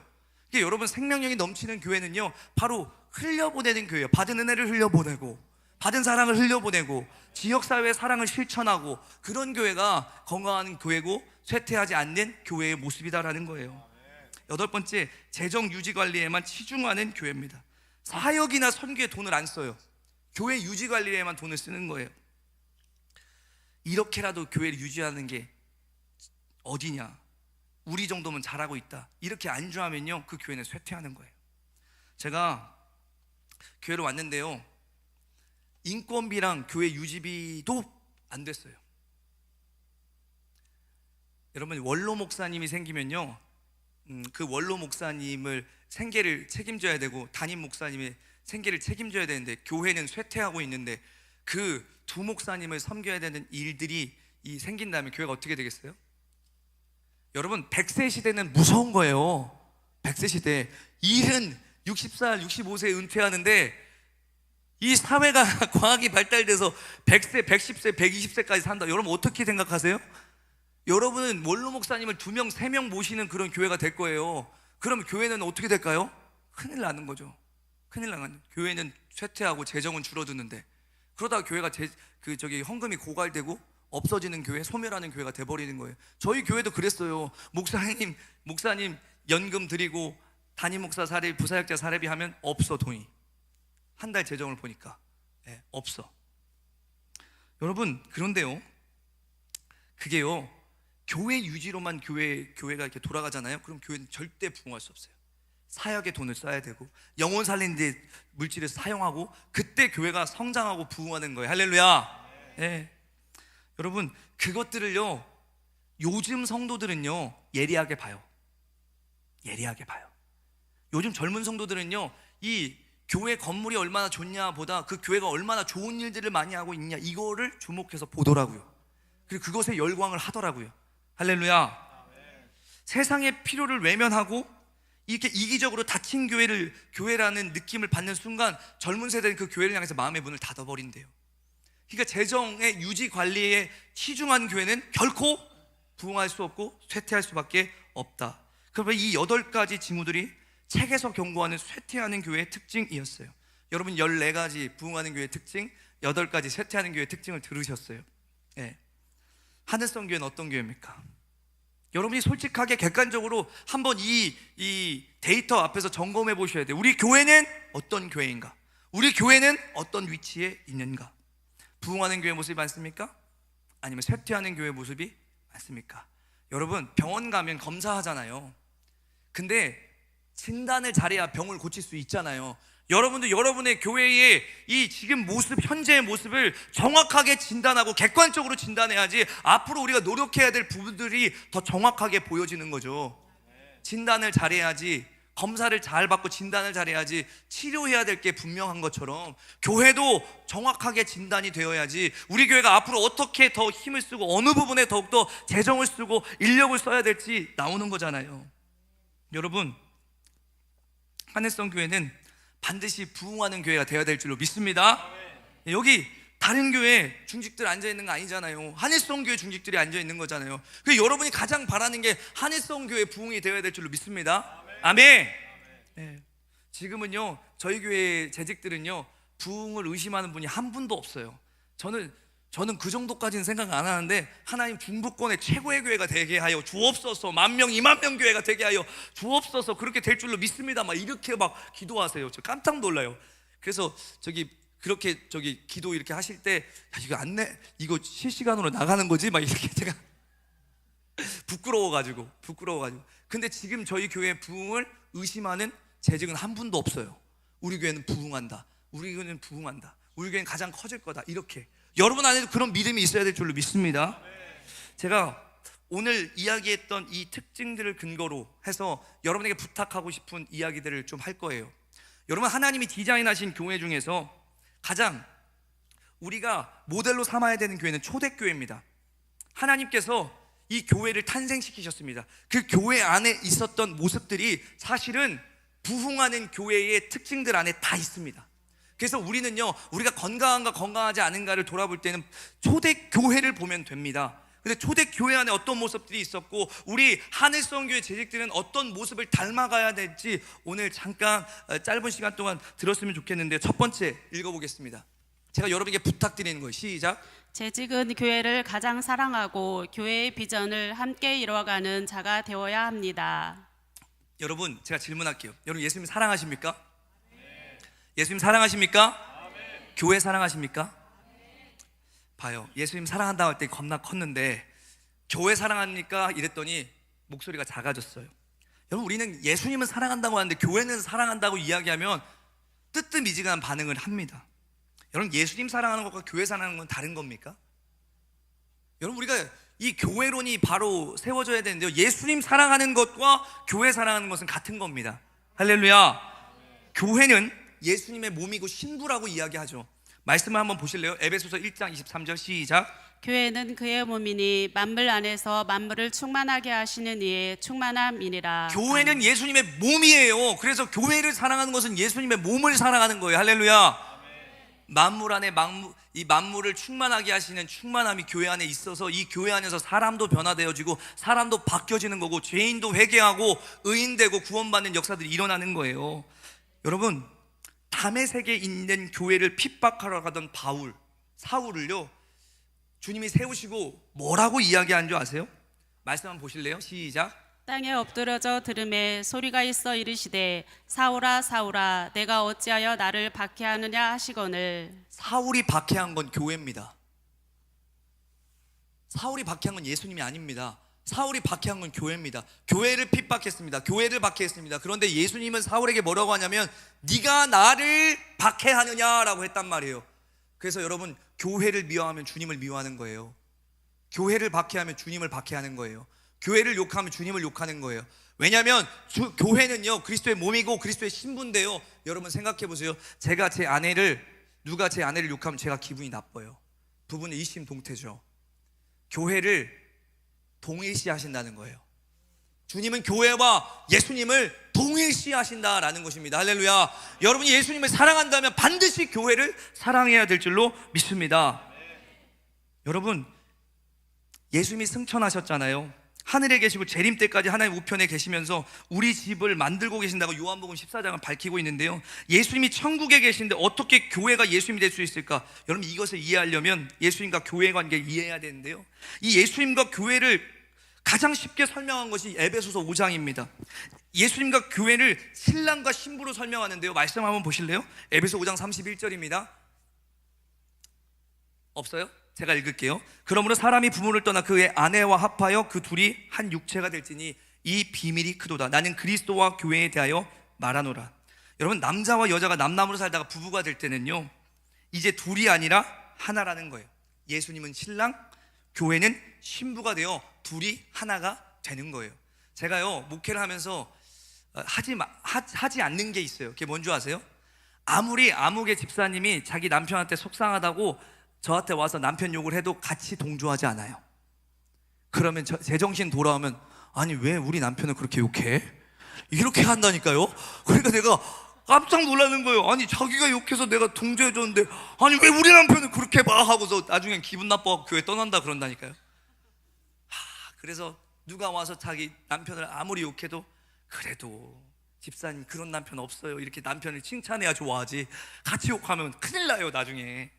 그래서 절대로 같이 욕하지 않아요. 근데 여러분, 왜냐하면 부부는 일심동체이기 때문에 그래요. 예수님은 신랑, 교회는 신부가 돼서 둘이 한 몸이 된 거예요. 성경은 교회를 에클레시아라고 말하면서 여성 명사를 씁니다. 이 뜻은 밖으로 불러내다라는 뜻인데요, 이 단어는 어디서 나왔냐면요, 창세기 2장 23절에서 나왔어요. 하나님이 아담을 잠재우시고 그의 갈빗대로 하와를 만드셔서 아담에게로 데려오십니다. 영어 번역에서는 뭐라고 얘기하냐면 여자가 남자에게서 나왔다라는 그런 표현을 씁니다. 이런 근거를 가지고 윌리엄 젠킨이라고 하는 청교도 신학자는요 이렇게 얘기했어요. 한번 읽어볼까요? 시작. 아담이 잠들었을 때 그의 허리춤에서 나온 것이 하와이듯 교회는 그리스도께서 사흘 동안 죽음의 잠을 주무시는 동안에 그의 허리춤에서 나온 신부다. 아멘. 하나님은 아담이 잠들었을 때 그의 갈빗배를 취해서 하와를 만들었습니다. 그리고 아담이 잠이 들었을 때 아담이 하와를 보고 한 고백, 이는 내 뼈 중에 뼈요 살 중에 살이라. 아멘. 다시 말해 이 말이 무슨 뜻이냐면 너는 나다라는 뜻이에요. 어느 목사님이 사모님한테 전화가 왔는데 나라고 적혀 있는 거예요. 깜짝 놀랐어요. 내가 나한테 전화가 오네 했는데 목사님 누구예요? 그랬더니 사모님이래요. 나가. 사모가 나고 내가 사모고. 너는 나다. 이와 동일하게 예수님의 신랑, 교회는 신부이며 신랑인 예수님이 교회를 보고 너는 나다라고 말씀하시는 거예요. 교회와 주님을 동일시한다는 거예요. 그러니까 교회와 예수님은 하나가 되는 것이고 교회를 대하는 태도는 예수님을 대하는 태도와 같다라고 말할 수가 있는 거예요. 할렐루야. 그래서 교회를 함부로 대하는 것은 예수님을 함부로 대하는 것과 마찬가지예요. 여러분, 여기 사랑하는 예수님이 여기에 오셨어요. 그러면 밥 한 끼라도 해드리고 싶고 발이라도 닦여드리고 싶고 커피라도 한 잔 대접하고 싶고 온갖 지극정성으로 섬기고 싶잖아요. 근데 예수님이 계세요? 안 계시잖아요. 그래서 예수님이 바로 나와 같은 존재, 교회를 이 땅 가운데 세우고 가셨다고요. 그래서 교회에게 한 것은 나에게 한 것이라고 여겨주시면서, 교회를 섬기는 것을 나를 섬긴 거로 여겨주시면서, 여러분이 교회를 섬길 때 그것을 기억하시고 복을 주시는 분이 하나님이신 줄 믿습니다. 아멘. 여러분, 이 중에 부부끼리 앉아 계신 분 있으세요 혹시? 부부끼리? 없으세요? 부부끼리 사이 좋은 분이 없나? 부부끼리. 자, 근데 생각해 보세요. 오늘 여기서 이 재직 세미나를 마치고 집에 돌아갔어요. 부부끼리. 저기 뒤에 계시네. 부부시죠? 예. 부부끼리 돌아가시는데 갑자기 등치 큰 남자가 와가지고 막, 저기 권사님이시죠? 권사님을 막 때리는 거예요. 막 때려요. 막 집어 던지고 막. 권사님을. 예. 지금 저기, 그러면 어떻게 하시겠어요? 내가 저 사람을 이길지 말지, 저 사람이 나보다 등치가 큰지 작은지 이거 생각 안 하죠. 너 뭔데 임마 그래 하면서 막 밀치고 막 같이 물기라도 할 거 아니에요. 근데 아유, 그거 힘 좋다. 저 사람을 저렇게 집어 던지냐? 여러분, 이렇게 반응하면요, 남편이에요? 남편 아니에요. 남편 아니죠. 그때만 또 장로가 돼야 돼요? 그때만 또 막 신앙인이 돼야 돼요? 아니에요. 그때는 남편으로서 아내를 지켜야 되는 거예요. 제가 그래서 얘기해요. 우리 아내 한번 건드려 보라고. 가만 안 두겠다고. 예, 한번 건드려 보라고 막 저한테 얘기한단 말이에요. 누가 제 아내를 괴롭히면 그때는 저는 목사 신분 뗄 거예요. 누가 제 아내를 때리면 제가 어떻게 가만히 있어요? 갑자기 다짜고짜 와서 때리면 이유도 없이 영문도 없이 때리면 제가 어떻게 가만히 있냐고요. 아내를 지켜야죠, 남편으로서. 그게 남편이잖아요. 근데 생각해 보세요. 주님이 신랑이고요, 교회가 신부래요. 그런데 신부를 괴롭혀요. 주님이 가만히 계실까요? 가만 안 있어요. 그래서 여러분, 저는요, 교회를 무너뜨리다가 안 좋은 일을 당한 분들을 굉장히 많이 봤어요. 네. 왜냐하면 교회를 건들면 주님이 안 가만히 주시거든요. 내 신부를 건든 거기 때문에. 네. 그래서 사고가 나서 죽고, 병에 걸려서 죽고, 그 범죄자에게 죽기도 하고, 그 가정이 파탄나고 사업이 무너지고, 여러 모습 여러 방법으로 망하는 사람들 많이 봤어요. 교회를 무너뜨린 주동자들, 교회를 흔든 주동자들. 여러분, 그래서 제가 분명히 부탁드려요. 주동자는 되지 마세요. 죽어요. 진짜 큰일 나요. 저는 그런 사람들 너무 많이 봤어요. 목사님 멱살 잡고 끌어내신 분 어떻게 된 줄 아세요? 계단에서 넘어서 목이 꺾여서 죽었어요. 여러분, 이런 일들요, 교회마다 다 있어요. 교회 건드렸다가, 교회 무너뜨렸다가 다친 사람들 한두 번 본 게 아니에요. 왜요? 교회가 주님의 신부기 때문에 그래요. 교회는 내 생명을 줘도 아깝지 않는 나의 신부다. 신부를 함부로 대하는 건 나를 함부로 대하는 것으로 여기기 때문에, 여러분, 재직은요, 교회를 제일 사랑하는 사람들이 되어야 돼요. 왜요? 교회 재직들은 예수님을 제일 사랑하는 분이니까. 할렐루야. 예수님을 제일 사랑하고 신앙이 깊은 분들이 재직하는 거잖아요. 그럼 여러분은 주님의 신부된 교회를 가장 사랑하는 분이 되어야 될 줄로 믿습니다. 할렐루야. 저는 교회 욕하고 교회 넘어뜨리면서 잘된 분을 한 번도 본 적이 없어요. 근데 교회를 사랑하고 교회를 지극정성으로 섬긴 분들이 잘 되는 모습 너무나도 많이 봤어요. 왜냐하면 교회에게 한 것을 나에게 한 것으로 여겨주시기 때문입니다. 그렇게 우리는 이 거룩한 예수님이 신부된 교회를 예수님 사랑하듯 사랑해야 될 줄로 믿습니다. 재직은 주님을 제일 사랑하는 자들 뿐만 아니라 주님의 몸된 교회, 특별히 한일성 교회를 제일 사랑하는 분들이 되어야 될 줄로 믿습니다. 여러분, 옆 사람 인사합시다. 한일성 교회를 사랑합시다. 나의 교회를 사랑합시다. 여러분, 어디 가서 자기 남편 맨날 욕하고 다니는 사람들 보면 무슨 생각하세요? 아유, 지 얼굴에 침 뱉네. 여러분, 여러분 교회 욕하면 안 돼요. 저는 교회 성도들한테 뭐라고 하는 줄 아세요? 교회 자랑하고 다니라고 하세요. 자랑하러. 예. 아니, 자기 교회를 자기가 싣고 다니는데 그 사람이 우리 교회 오겠냐 말이에요. 교회를 자랑해야지. 목사님을 자랑해야지. 할렐루야. 어떤 분이 그래요. 지네 목사 맨날 씹으면서 왜 그 교회 다니는지 모르겠다고. 아우, 진짜 여러분, 이거 진짜 이상한 짓 아니에요? 아니, 목사님을 맨날 씹으면서 그 교회를 다녀. 왜 다니는 거예요? 네. 자기 얼굴에 침 뱉는 거죠. 그래서 재직들은요, 교회 자랑, 목사님 자랑 입에 달고 사셔야 돼요. 할렐루야. 아멘.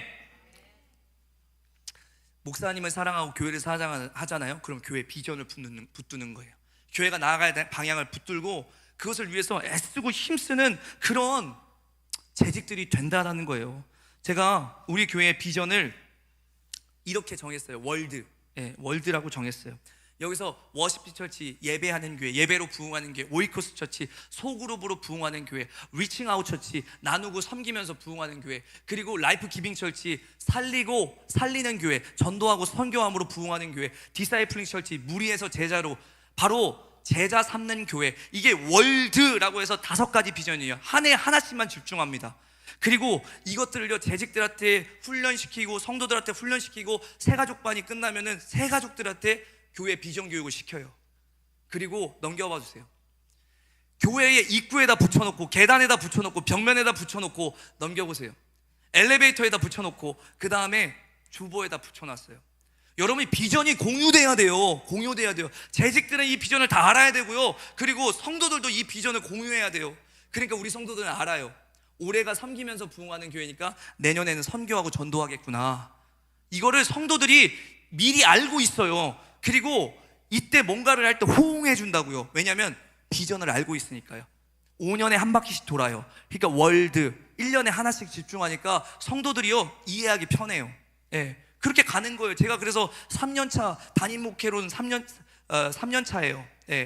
공동 목회까지는 4년 차고요. 그래서 WORLD, 지금 첫 해에 W 했고 두 번째 O 했고 세 번째 R, 리칭아웃, 섬기면서 부흥하는 교회를 가고 있어요. 여러분, 이렇게 하니까 어떻게 되냐면요, 교회가 한 비전을 가지고 나아가요. 재직들이 그것을 붙들어주고 같이 협력하는 교회가 되니까 부흥하는 교회가 되더라는 거예요. 저는 여러분이 목사님 비전을 알고 그 비전을 붙잡고 교회를 사랑함으로 계속해서 함께 힘을 실어주는 재직들이 될 수 있기를 축복합니다. 두 번째 읽어볼까요? 시작. 재직은 사역에 적극적으로 참여해야 합니다. 여러분, 관중석에 앉아있는 구경꾼이 아니에요. 재직은요, 직접 필드에서 뛰어야 하는 선수들이라고요. 그러니까 여러분, 선수가 구경하면 돼요, 안 돼요? 안 돼요. 여러분, 요즘에 젊은 성도들은요, 소비자가 많아요. 소비자는 헌신하지 않아요. 소비자는 좋은지 안 좋은지만 판단해요. 오늘 찬양이 좋네, 오늘 말씀이 좋네, 여기는 뭐가 좋네, 여기는 뭐가 안 좋네, 여기는 뭐가 없네, 있네, 이것만 판단한다고요. 근데 재직은 그렇지 않아요. 이게 부족하니까 이걸 채워야지, 저게 부족하니까 저걸 채워야지. 여러분, 재직은 눈이 달라야 돼요. 눈이. 제가 어떤 분한테 그랬어요. 저는 나이 드신 분하고 저기 젊은 사람들의 특징이 뭔지 아세요? 제가 지금 대신방 기간이거든요. 젊은 사람들 집에 가면 화분이 없어요. 나이 든 사람 집에 가면 화분이 있어요. 화분이 늘어난다, 내가 나이가 많다는 증거예요. 할 일이 없으니까 화분을 계속 키워요.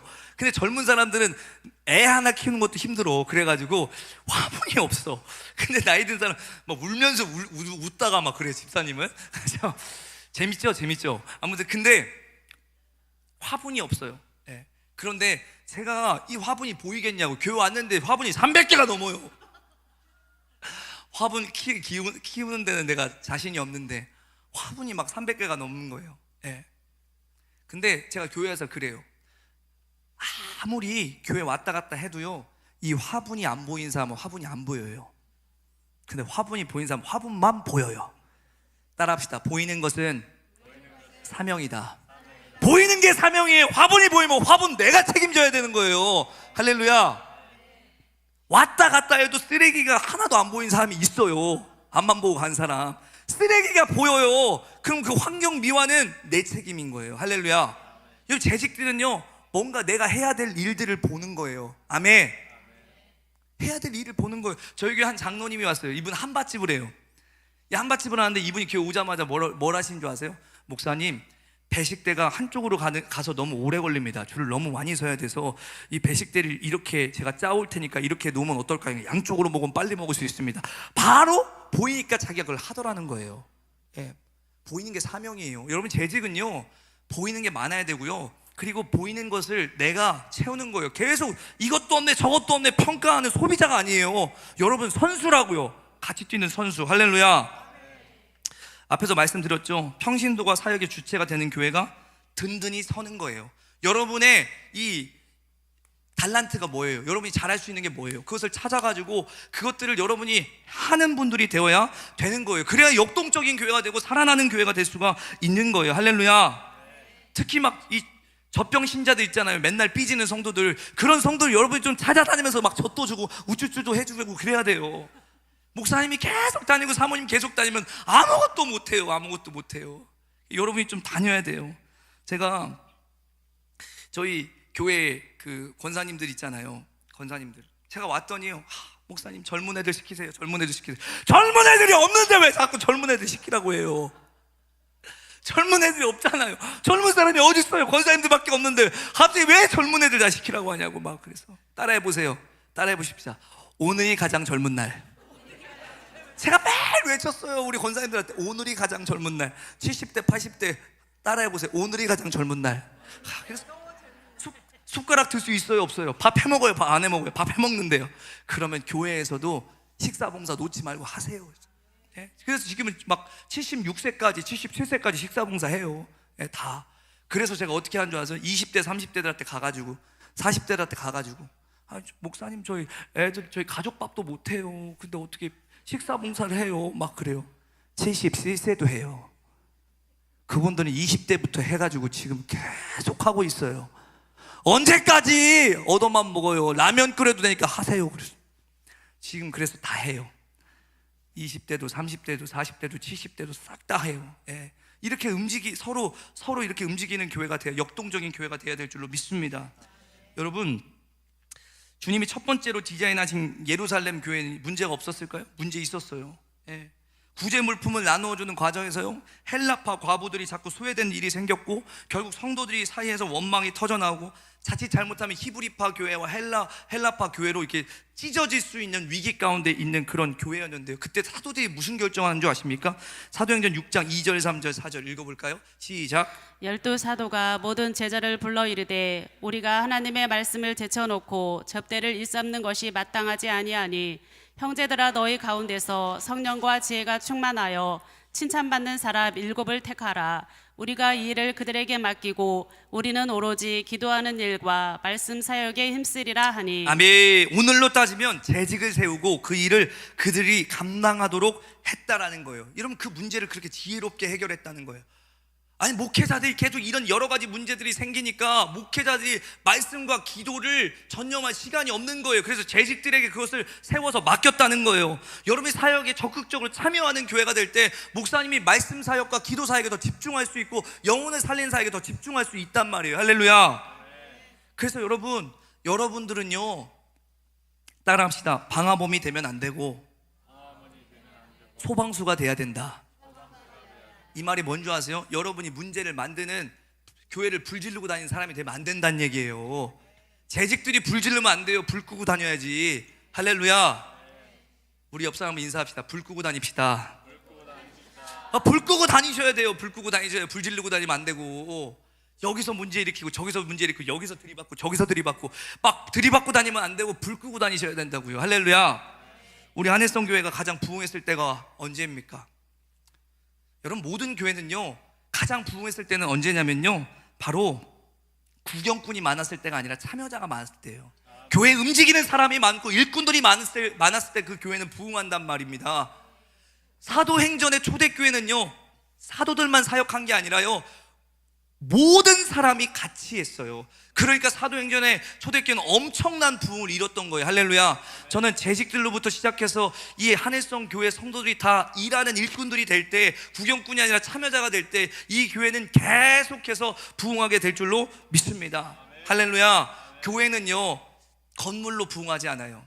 교회는 사람으로 부흥하는 겁니다. 할렐루야. 사람이 움직일 때 부흥하더라는 겁니다. 아멘. 제가 부임했던 교회에 어떤 애들이 놀러 왔어요. 왜 놀러 왔냐고 하니까 뭐라는 줄 아세요? 제가 폐가를 좋아하거든요. 그래요. 우리 교회가 폐가 같다는 거예요.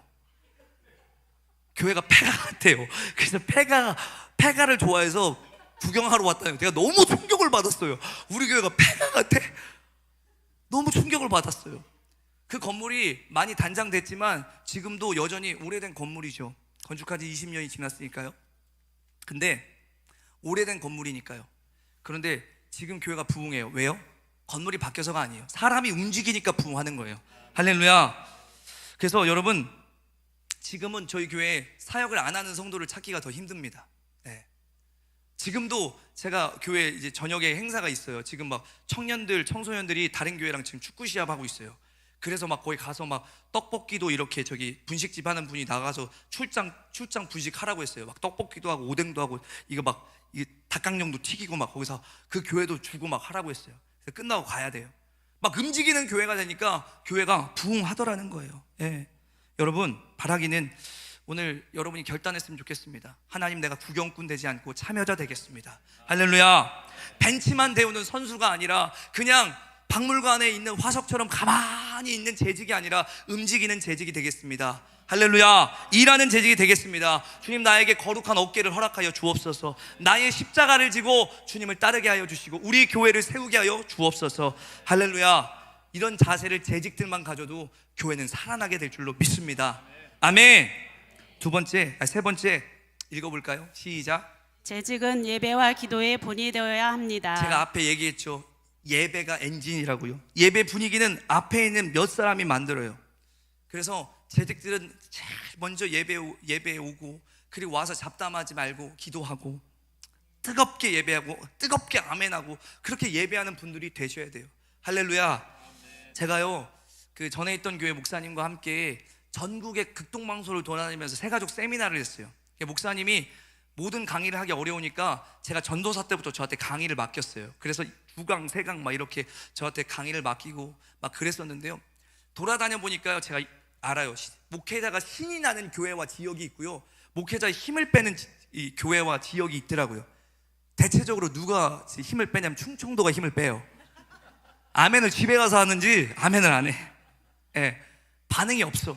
어디가 좋냐면 전라도가 좋아요. 막 아멘 막 재밌는 얘기하면 막 울고 막 은혜로운 얘기하면 막 울고 막 재밌는 얘기하면 웃고 막 은혜로운 얘기하면 울고 막 그래요. 한 번은요, 그 목사님이 책을 써서 그 목사님 책 세미나를 하는 건데 갑자기 나한테 서가지고 막 20명 30명이 줄을 서요. 갑자기 책에다가 막 이렇게 사인을 해달래요. 나 깜짝 놀랐어요. 아니, 제가 쓴 게 아니라 저 목사님이 쓴 겁니다. 그랬더니 저기는 지는 별, 여긴 뜨는 별 그러더라고요. 성견 지명이 있으셨어. 아무튼 너무 뜨거운 거예요. 저기 막 반응이.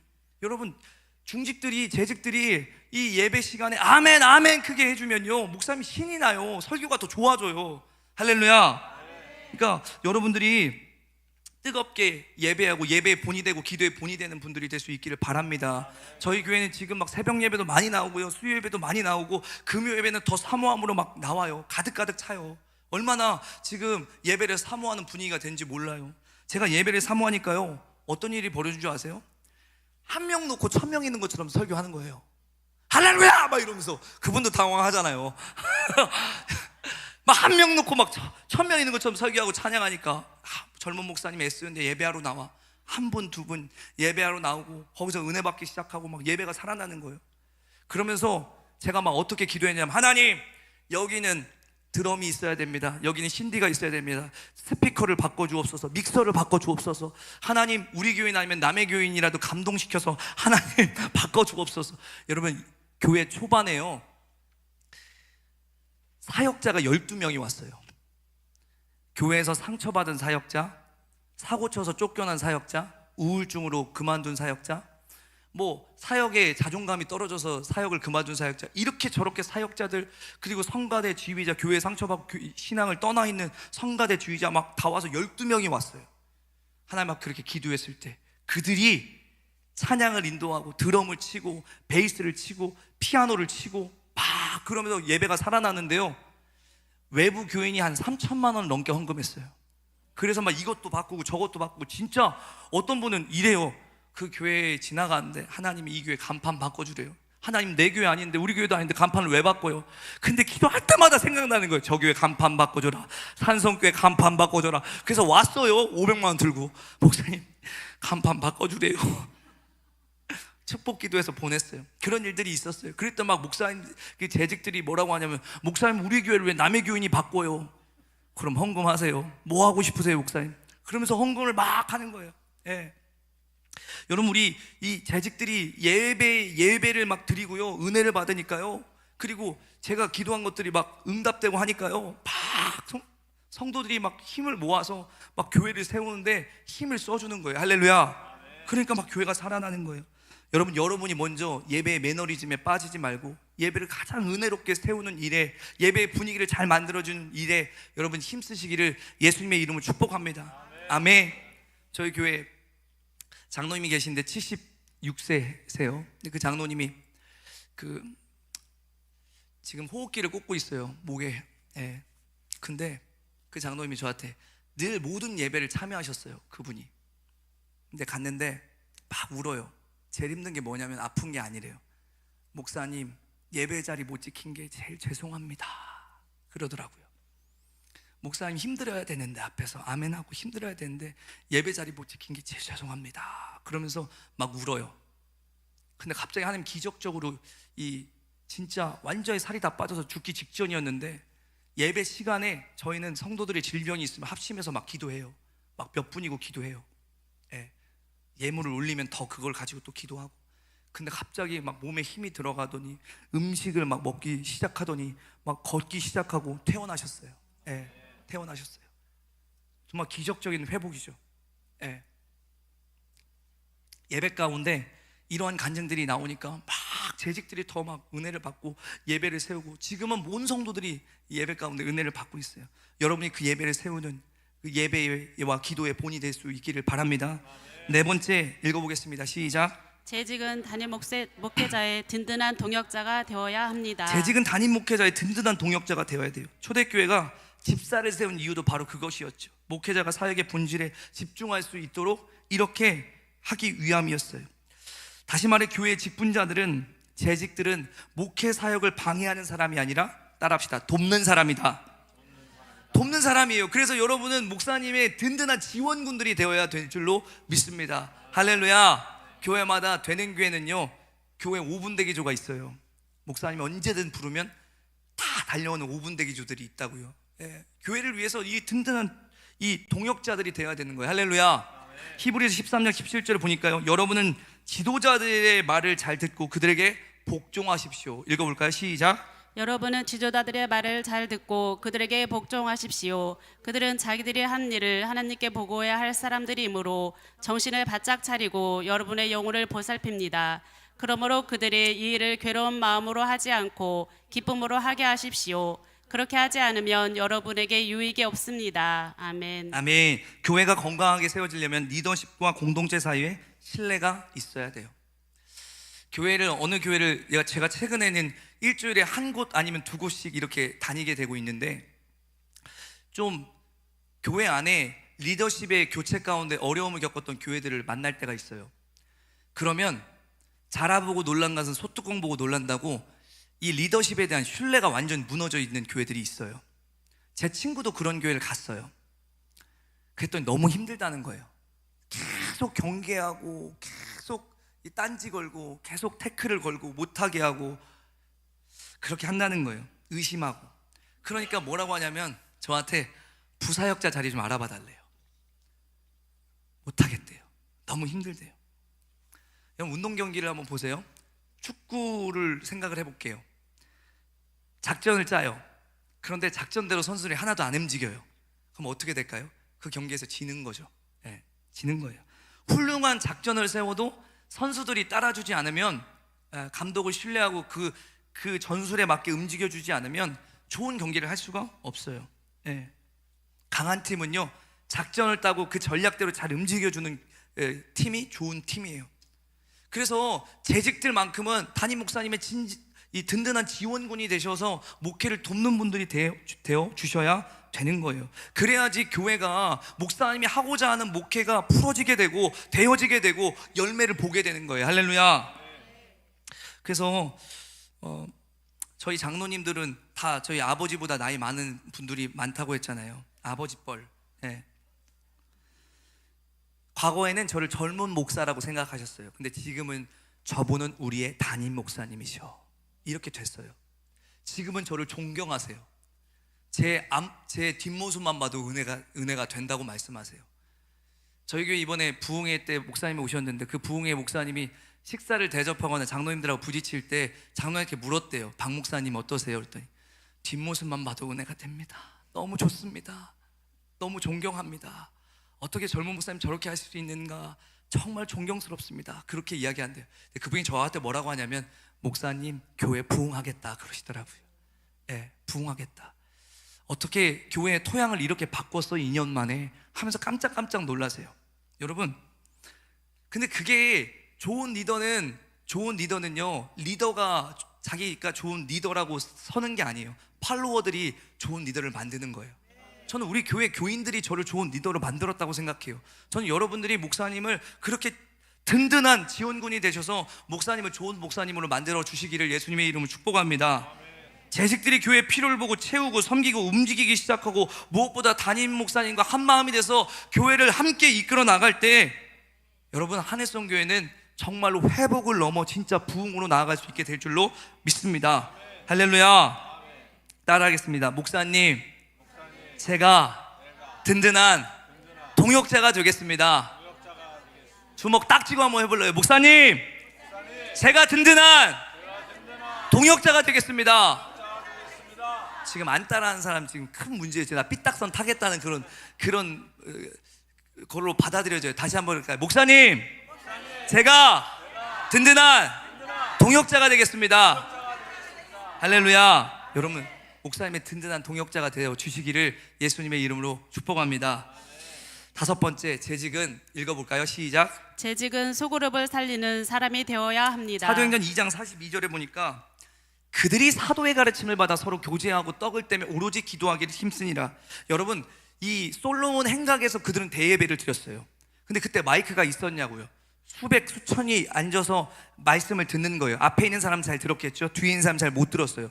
그런데 받은 은혜를 가지고 그들이 헤어지지 않고 집으로 모였다는 거예요. 소그룹으로 모였다는 거예요. 목장으로 모였다는 거예요. 거기서 은혜를 나눴다는 거예요. 그러니까 은혜를 그냥 소멸시키지 않고 은혜를 이어갈 수 있도록 소그룹으로 모였다는 거예요. 그들이 사도의 가르침을 받아 말씀을 듣고 교제하고 떡을 떼며 오로지 기도하기를 힘썼다. 그게 초대교회 부흥의 원동력이었어요. 할렐루야. 오늘날 소그룹 교회가 부흥한다 그러죠? 여러분이 소그룹이 부흥하려면 하나님의 말씀, 목사님이 가르침을 받고 그 말씀을 함께 나누고 삶으로 적용한 소산물들을 나누고 서로 믿음으로 도전하고 믿음으로 밀어주고 끌어주는 그런 소그룹이 되어야 된다라는 거예요. 할렐루야.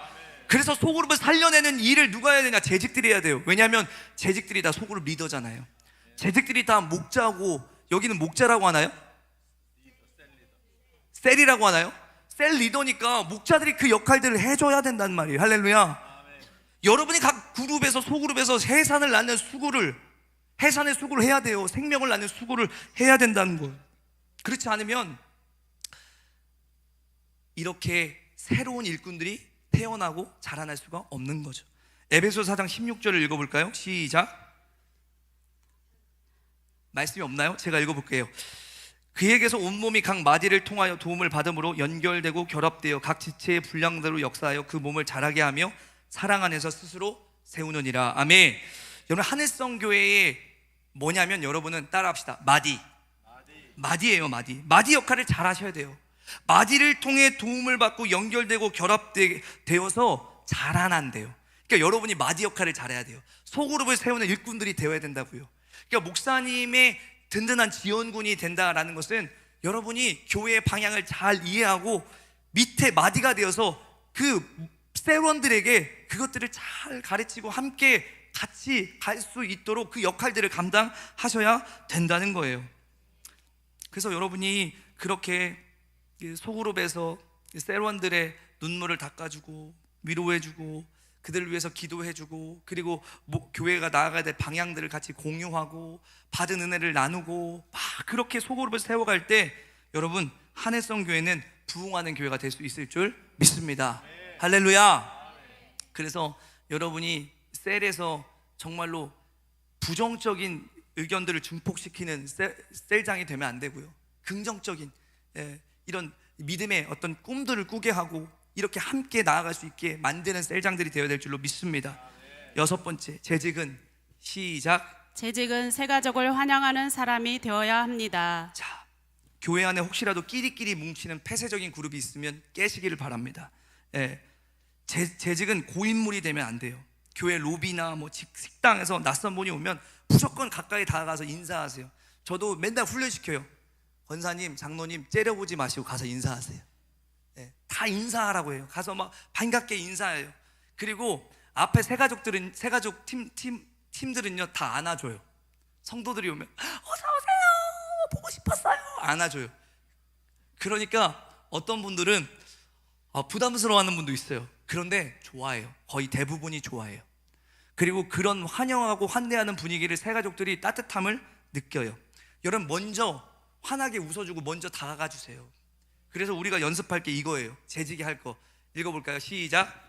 먼저 웃는다, 먼저 인사한다, 먼저 대접한다. 먼저 웃는다, 먼저 인사한다, 먼저 대답한다. 요거 세 개만 재직들이 잘해도요 환대하는 분위기가 될 수 있을 줄 믿습니다. 할렐루야.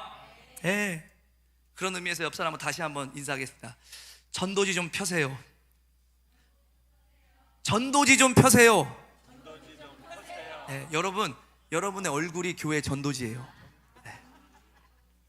여러분의 얼굴이 교회 전도지인데 전도지가 찌그러져 있으면은 교회가 전도가 되겠어요, 안 되겠어요? 안 되죠. 그래서 전도지를 피셔야 돼요. 이렇게 환하게 웃으셔야 돼요. 이게 특별히 막 표정이 좋으신 분들이 몇몇 있어요. 근데 표정이 아직 좀 전도지가 찌그러진 분들이 좀 있어요. 피셔야 돼요. 피셔야 돼요. 환하게 피셔야 돼요. 그래야지 환대하는 분위기가 만들어지고 새가족이 정착할 수 있는 교회가 될 수 있을 줄 믿습니다. 예. 그래서 재직이 따라야 될 일, 먼저 웃는다, 먼저 인사한다, 먼저 대접한다. 할렐루야. 7번째, 너무 중요한 이야기를 할게요. 시작. 미래 세대를 세우는 일에 함께 해주십시오. 여러분, 목회 데이터 연구소에서 발표한 책, 이 책에 제가 앞에서 얘기했던 책에 어떤 문구가 있냐면요, 이런 문구가 있어요. 코로나 이후 교회의 부흥과 쇠퇴 3040이 가른다. 네. 수치를 보면 충격적입니다. 부흥하는 교회의 3040 세대가 증가했다는 응답이 47%, 반면 쇠퇴하는 교회는 겨우 3%였습니다. 네. 이것은 단순한 차이가 아니라 교회의 미래가 있느냐 없느냐를 가르는 생존의 격차입니다. 그렇다면 왜 3040일까요? 3040은 몸에 비유하면 허리라고 이야기했죠. 머리가 아무리 좋아도 다리가 아무리 튼튼해도 허리가 끊어진 몸이 일어설 수가 없어요. 3040이 바로 서야 그들의 자녀인 주일학교 아이들이 늘어나고 주일학교가 살아나게 되어 있어요. 교회 건물이 아무리 좋아도요, 교회 아무리 좋은 프로그램이 있어도요, 사람이 없으면요, 그건 무용지물이잖아요. 3040이 사라지면 교회는 문 닫아야 돼요. 아무리 좋은 것들을 만들어내도 3040이 사라지면 그 교회 안에 아이들은 하나도 없어요. 네. 여러분의 교회는 미래를 향해 문을 열고 있습니까? 아니면 닫고 있습니까? 네. 여러분의 교회는 새로운 일꾼들이 계속 세워지고 있습니까? 아니면 점점 줄어들고 있습니까? 저는 오늘 이 한혜성 교회의 재직들에게 부탁을 드리고 싶어요. 네. 이 말을 오해하지 않았으면 좋겠어요. 여러분 뒷방 늙은이 되라는 얘기가 아니라 여러분이 해야 될 중요한 역할이 있어요. 예, 젊은 세대만 우대하고 우린 뒤로 물러나라는 그런 말이 아니라 진짜 어른이 되어주세요. 예, 진짜 어른이요. 예, 성경이 말하는 진짜 어른은 무엇입니까? 내 자리를 빼앗길까 봐 두려워하는 사람이 아닙니다. 다윗이 솔로몬을 위해 성전을 지을 재료를 미리 준비하고 다음 세대를 축복했던 것처럼 다음 세대가 많이 뛰어놀 수 있도록 마당을 깔아주시길 바라요. 다음 세대가 교회에 올 수 있도록 그렇게 교회를 만들어 주시길 바랍니다. 할렐루야. 성경은 이렇게 말합니다. 시편 18편 4절에 우리가 이 일을 그들의 자손에게 숨기지 아니하고 여호와의 영예와 그의 능력과 그가 행하신 기이한 일을 후대에게 전하리로다. 할렐루야. 믿음인 세대에서 세대로 전수되어야 돼요. 여러분의 자녀들도 교회를 안 다니는 자녀들이 있다면 여러분 신앙을 전수를 하기 위해 몸부림치셔야 되고요, 더 젊은 세대들이 교회에 유입될 수 있도록 여러분이 많이 그런 교회 분위기를 만들어주고 애를 쓰시고 힘을 써주셔야 되는 거예요. 여러분 3040 세대들이 정말 마음껏 신앙생활 할 수 있도록, 마음껏 예배 드릴 수 있도록, 마음껏 자신의 역량들을 이렇게 풀어낼 수 있도록 여러분이 애쓰고 힘써 주셔야 돼요. 제가 3040들 예배 회복시키려고 어떻게 한 줄 아세요? 사모들, 전도사들 수요 예배고 금요 예배고 안 드려도 됩니다. 애들 봐주세요. 그랬어요. 그래서 교육관에서 애들 봤어요. 전도사들하고 사모님들이 애들 봤어요. 그러니까 3040들이 와요. 여러분 보세요. 저기 유아실 있죠? 저기 만약에 저기 유아실에 아기를 데리고 3040들이 교회에 나온다고 한번 생각해 보세요. 애들 데리고 나오는 것 자체가 힘들어요. 근데 왔어요. 근데 애들이 저기서 막 울고요, 놀고요, 똥 싸고요, 오줌 싸고요 막 해요. 그러면 예배가 돼요, 안 돼요? 안 돼요. 그럼 어떻게 할까요? 진짜 내가 교회를 왜 다녀야 되나, 내가 왜 나와야 되나, 이런 생각을 해요. 그래서 애들을 봐줬어요. 그랬더니 3040 예배가 살아나요. 회복돼요. 예. 여러분 이런 역할들을 어른들이 해줘야 된다고요.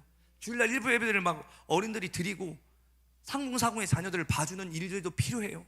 그래야지 3040들이 저 교회 가니까 애도 봐주더라 그러면서 교회 오는 거예요. 예. 저는 여러분 아브라함의 믿음이 이삭에게, 야곱에게, 요셉에게 전수됐던 것처럼 하늘성 교회가 계속해서 세대에서 세대로 믿음이 전수되는 교회가 되기를 바랍니다. 그 교회가 되기 위해서 재직들이 다음 세대를 위해서 힘을 쏟으셔야 될 줄로 믿습니다. 아멘. 그래서 여러분 그런 공간들을 만들어 주셔야 돼요. 제가 아이들이요 교회에서 울잖아요. 예배 시간에 째려보면 뭐라고 해요? 왜 째려봐요? 째려보지 마세요. 애기 울음소리 들리는 게 축복입니다. 축복으로 들으시면, 축복으로, 애기 울음소리 축복으로 들으시라고요. 애기 울음소리 안 나는 교회가 얼마나 많은데요. 살아있다는 거에 감사하고 다음 세대가 있다는 거에 감사해야 됩니다. 오히려 축복해 주시고 애쓴다고 손잡아 주시고 용돈 주시고 그러세요. 예, 그게 어른들의 역할이잖아요. 그래서 3040이 신앙생활하기 신나는 교회, 교회 오면 힘이 나는 교회, 그래서 받은 사랑을 다시 자기들이 흘려보내는 교회가 될 때 세대에서 세대로 믿음이 전수될 뿐만 아니라 교회가 계속해서 부흥하는 교회가 될 줄로 믿습니다. 그래서 첫 번째 여러분의 부탁하고 싶은 게 다음 세대를 위해 기도하는 재직이 되어주시고, 예. 두 번째 새로운 일꾼을 세우는 그런 재직이 되어주십시오. 예. 그리고 세 번째 젊은 세대를 축복하는 그런 재직이 되어주십시오. 할렐루야. 다음 세대는 비판으로 자라지 않아요. 제가 저희 장로님 권사님들한테 얘기하는 거예요. 요즘 애들은 싸가지가 없어요. 그런 얘기 좀 하지 마세요. 예. MZ들은 요즘에 도대체 정신세계를 알지 못해. 이런 얘기 좀 하지 마세요. 예. 다른 거예요. 다른 거예요. 예. 몰라서 그래요. 예. 비판해서 잘하는 사람 없잖아요. 칭찬하고 인정해야 더 잘하는 거지. 할렐루야. 그래서 그들이 교회에 오면 불편함이 없게끔 여러분이 재직들이 그런 분위기들을 만들어 주시기를 바랍니다. 할렐루야. 제가 우리 교회는 소멸하는 교회가 되지 않기를 바랍니다. 여러분 정말 애써 주십시오. 3040에만 막 몸부림 힘을 쓴다고 그렇게 삐지지도 마십시오. 예. 우리 교회의 생명을 연장시키는 겁니다. 예. 막 그렇게 하는 거예요. 여러분 먼저는 여러분의 자녀들을 교회로 이끌어 오시고 다음 세대를 위해서 눈물로 씨를 뿌려주시고 새로운 일꾼들을 키워내기 위한 노력들을 여러분 해주시고, 그리고 여러분이 목사님의 목회를 열심히 도우면서 나아갈 때 하늘성 교회는 반드시 부흥하게 될 줄로 믿습니다. 아멘. 제가 보니까 이재용 목사님은 저보다 훨씬 더 열정이 있는 분 같아요. 할렐루야. 여러분이 잘 도와주시면 정말 이 교회는 반드시 부흥하고 금산을 대표하는 교회가 될 수 있을 줄 믿습니다. 아멘. 오늘 말씀드린 이 내용들 여러분 가슴 깊이 이렇게 새기시고 하늘성 교회를 하나님이 가장 기뻐하시는 교회, 그리고 날마다 살리고 살아나는 역사가 넘쳐나는 교회로 세워갈 수 있게 되기를 예수님의 이름으로 축복합니다. 마지막 말씀 두 구절을 읽고 마치겠습니다. 사도행전 2장 42절에 보니까요, 그들이 사도의 가르침을 받아 서로 교제하고 떡을 떼며 오로지 기도하기를 힘쓰니라. 46절은 뭐라고 얘기하냐면 날마다 마음을 같이하여 성전에 모이기를 힘쓰고 집에서 떡을 떼며 기쁨과 순전한 마음으로 음식을 먹고. 여러분 부흥은 저절로 오지 않습니다. 힘써야 합니다. 그 힘을 누가 가장 먼저 써야 될까요?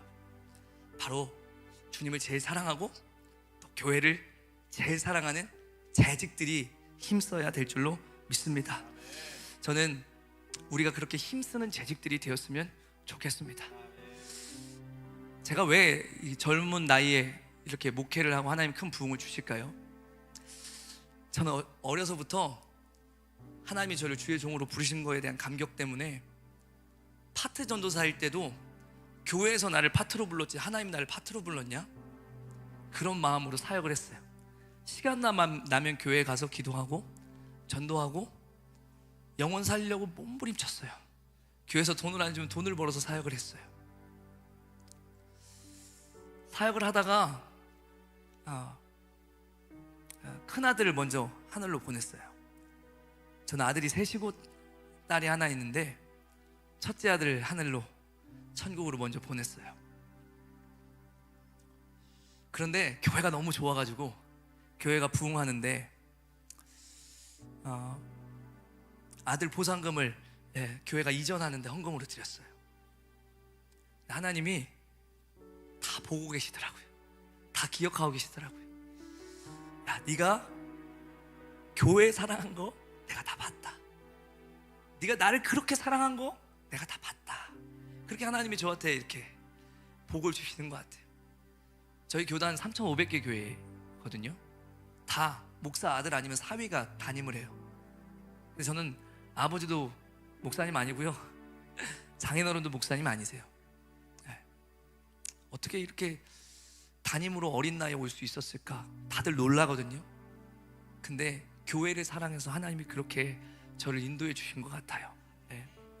여러분, 하나님은 불의하지 아니하셔서 여러분 교회를 위해서 수고하고 헌신하는 거 하나도 잊지 않고 다 기억하세요. 그리고 다 갚아주시는 분이에요. 하나님 그거 잃어버리면 하나님 불의한 분이에요.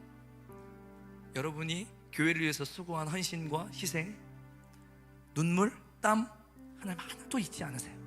그리고 여러분의 삶에 채워주시고 여러분의 자녀과 후손들에게 은혜로 갚아주실 줄 믿습니다.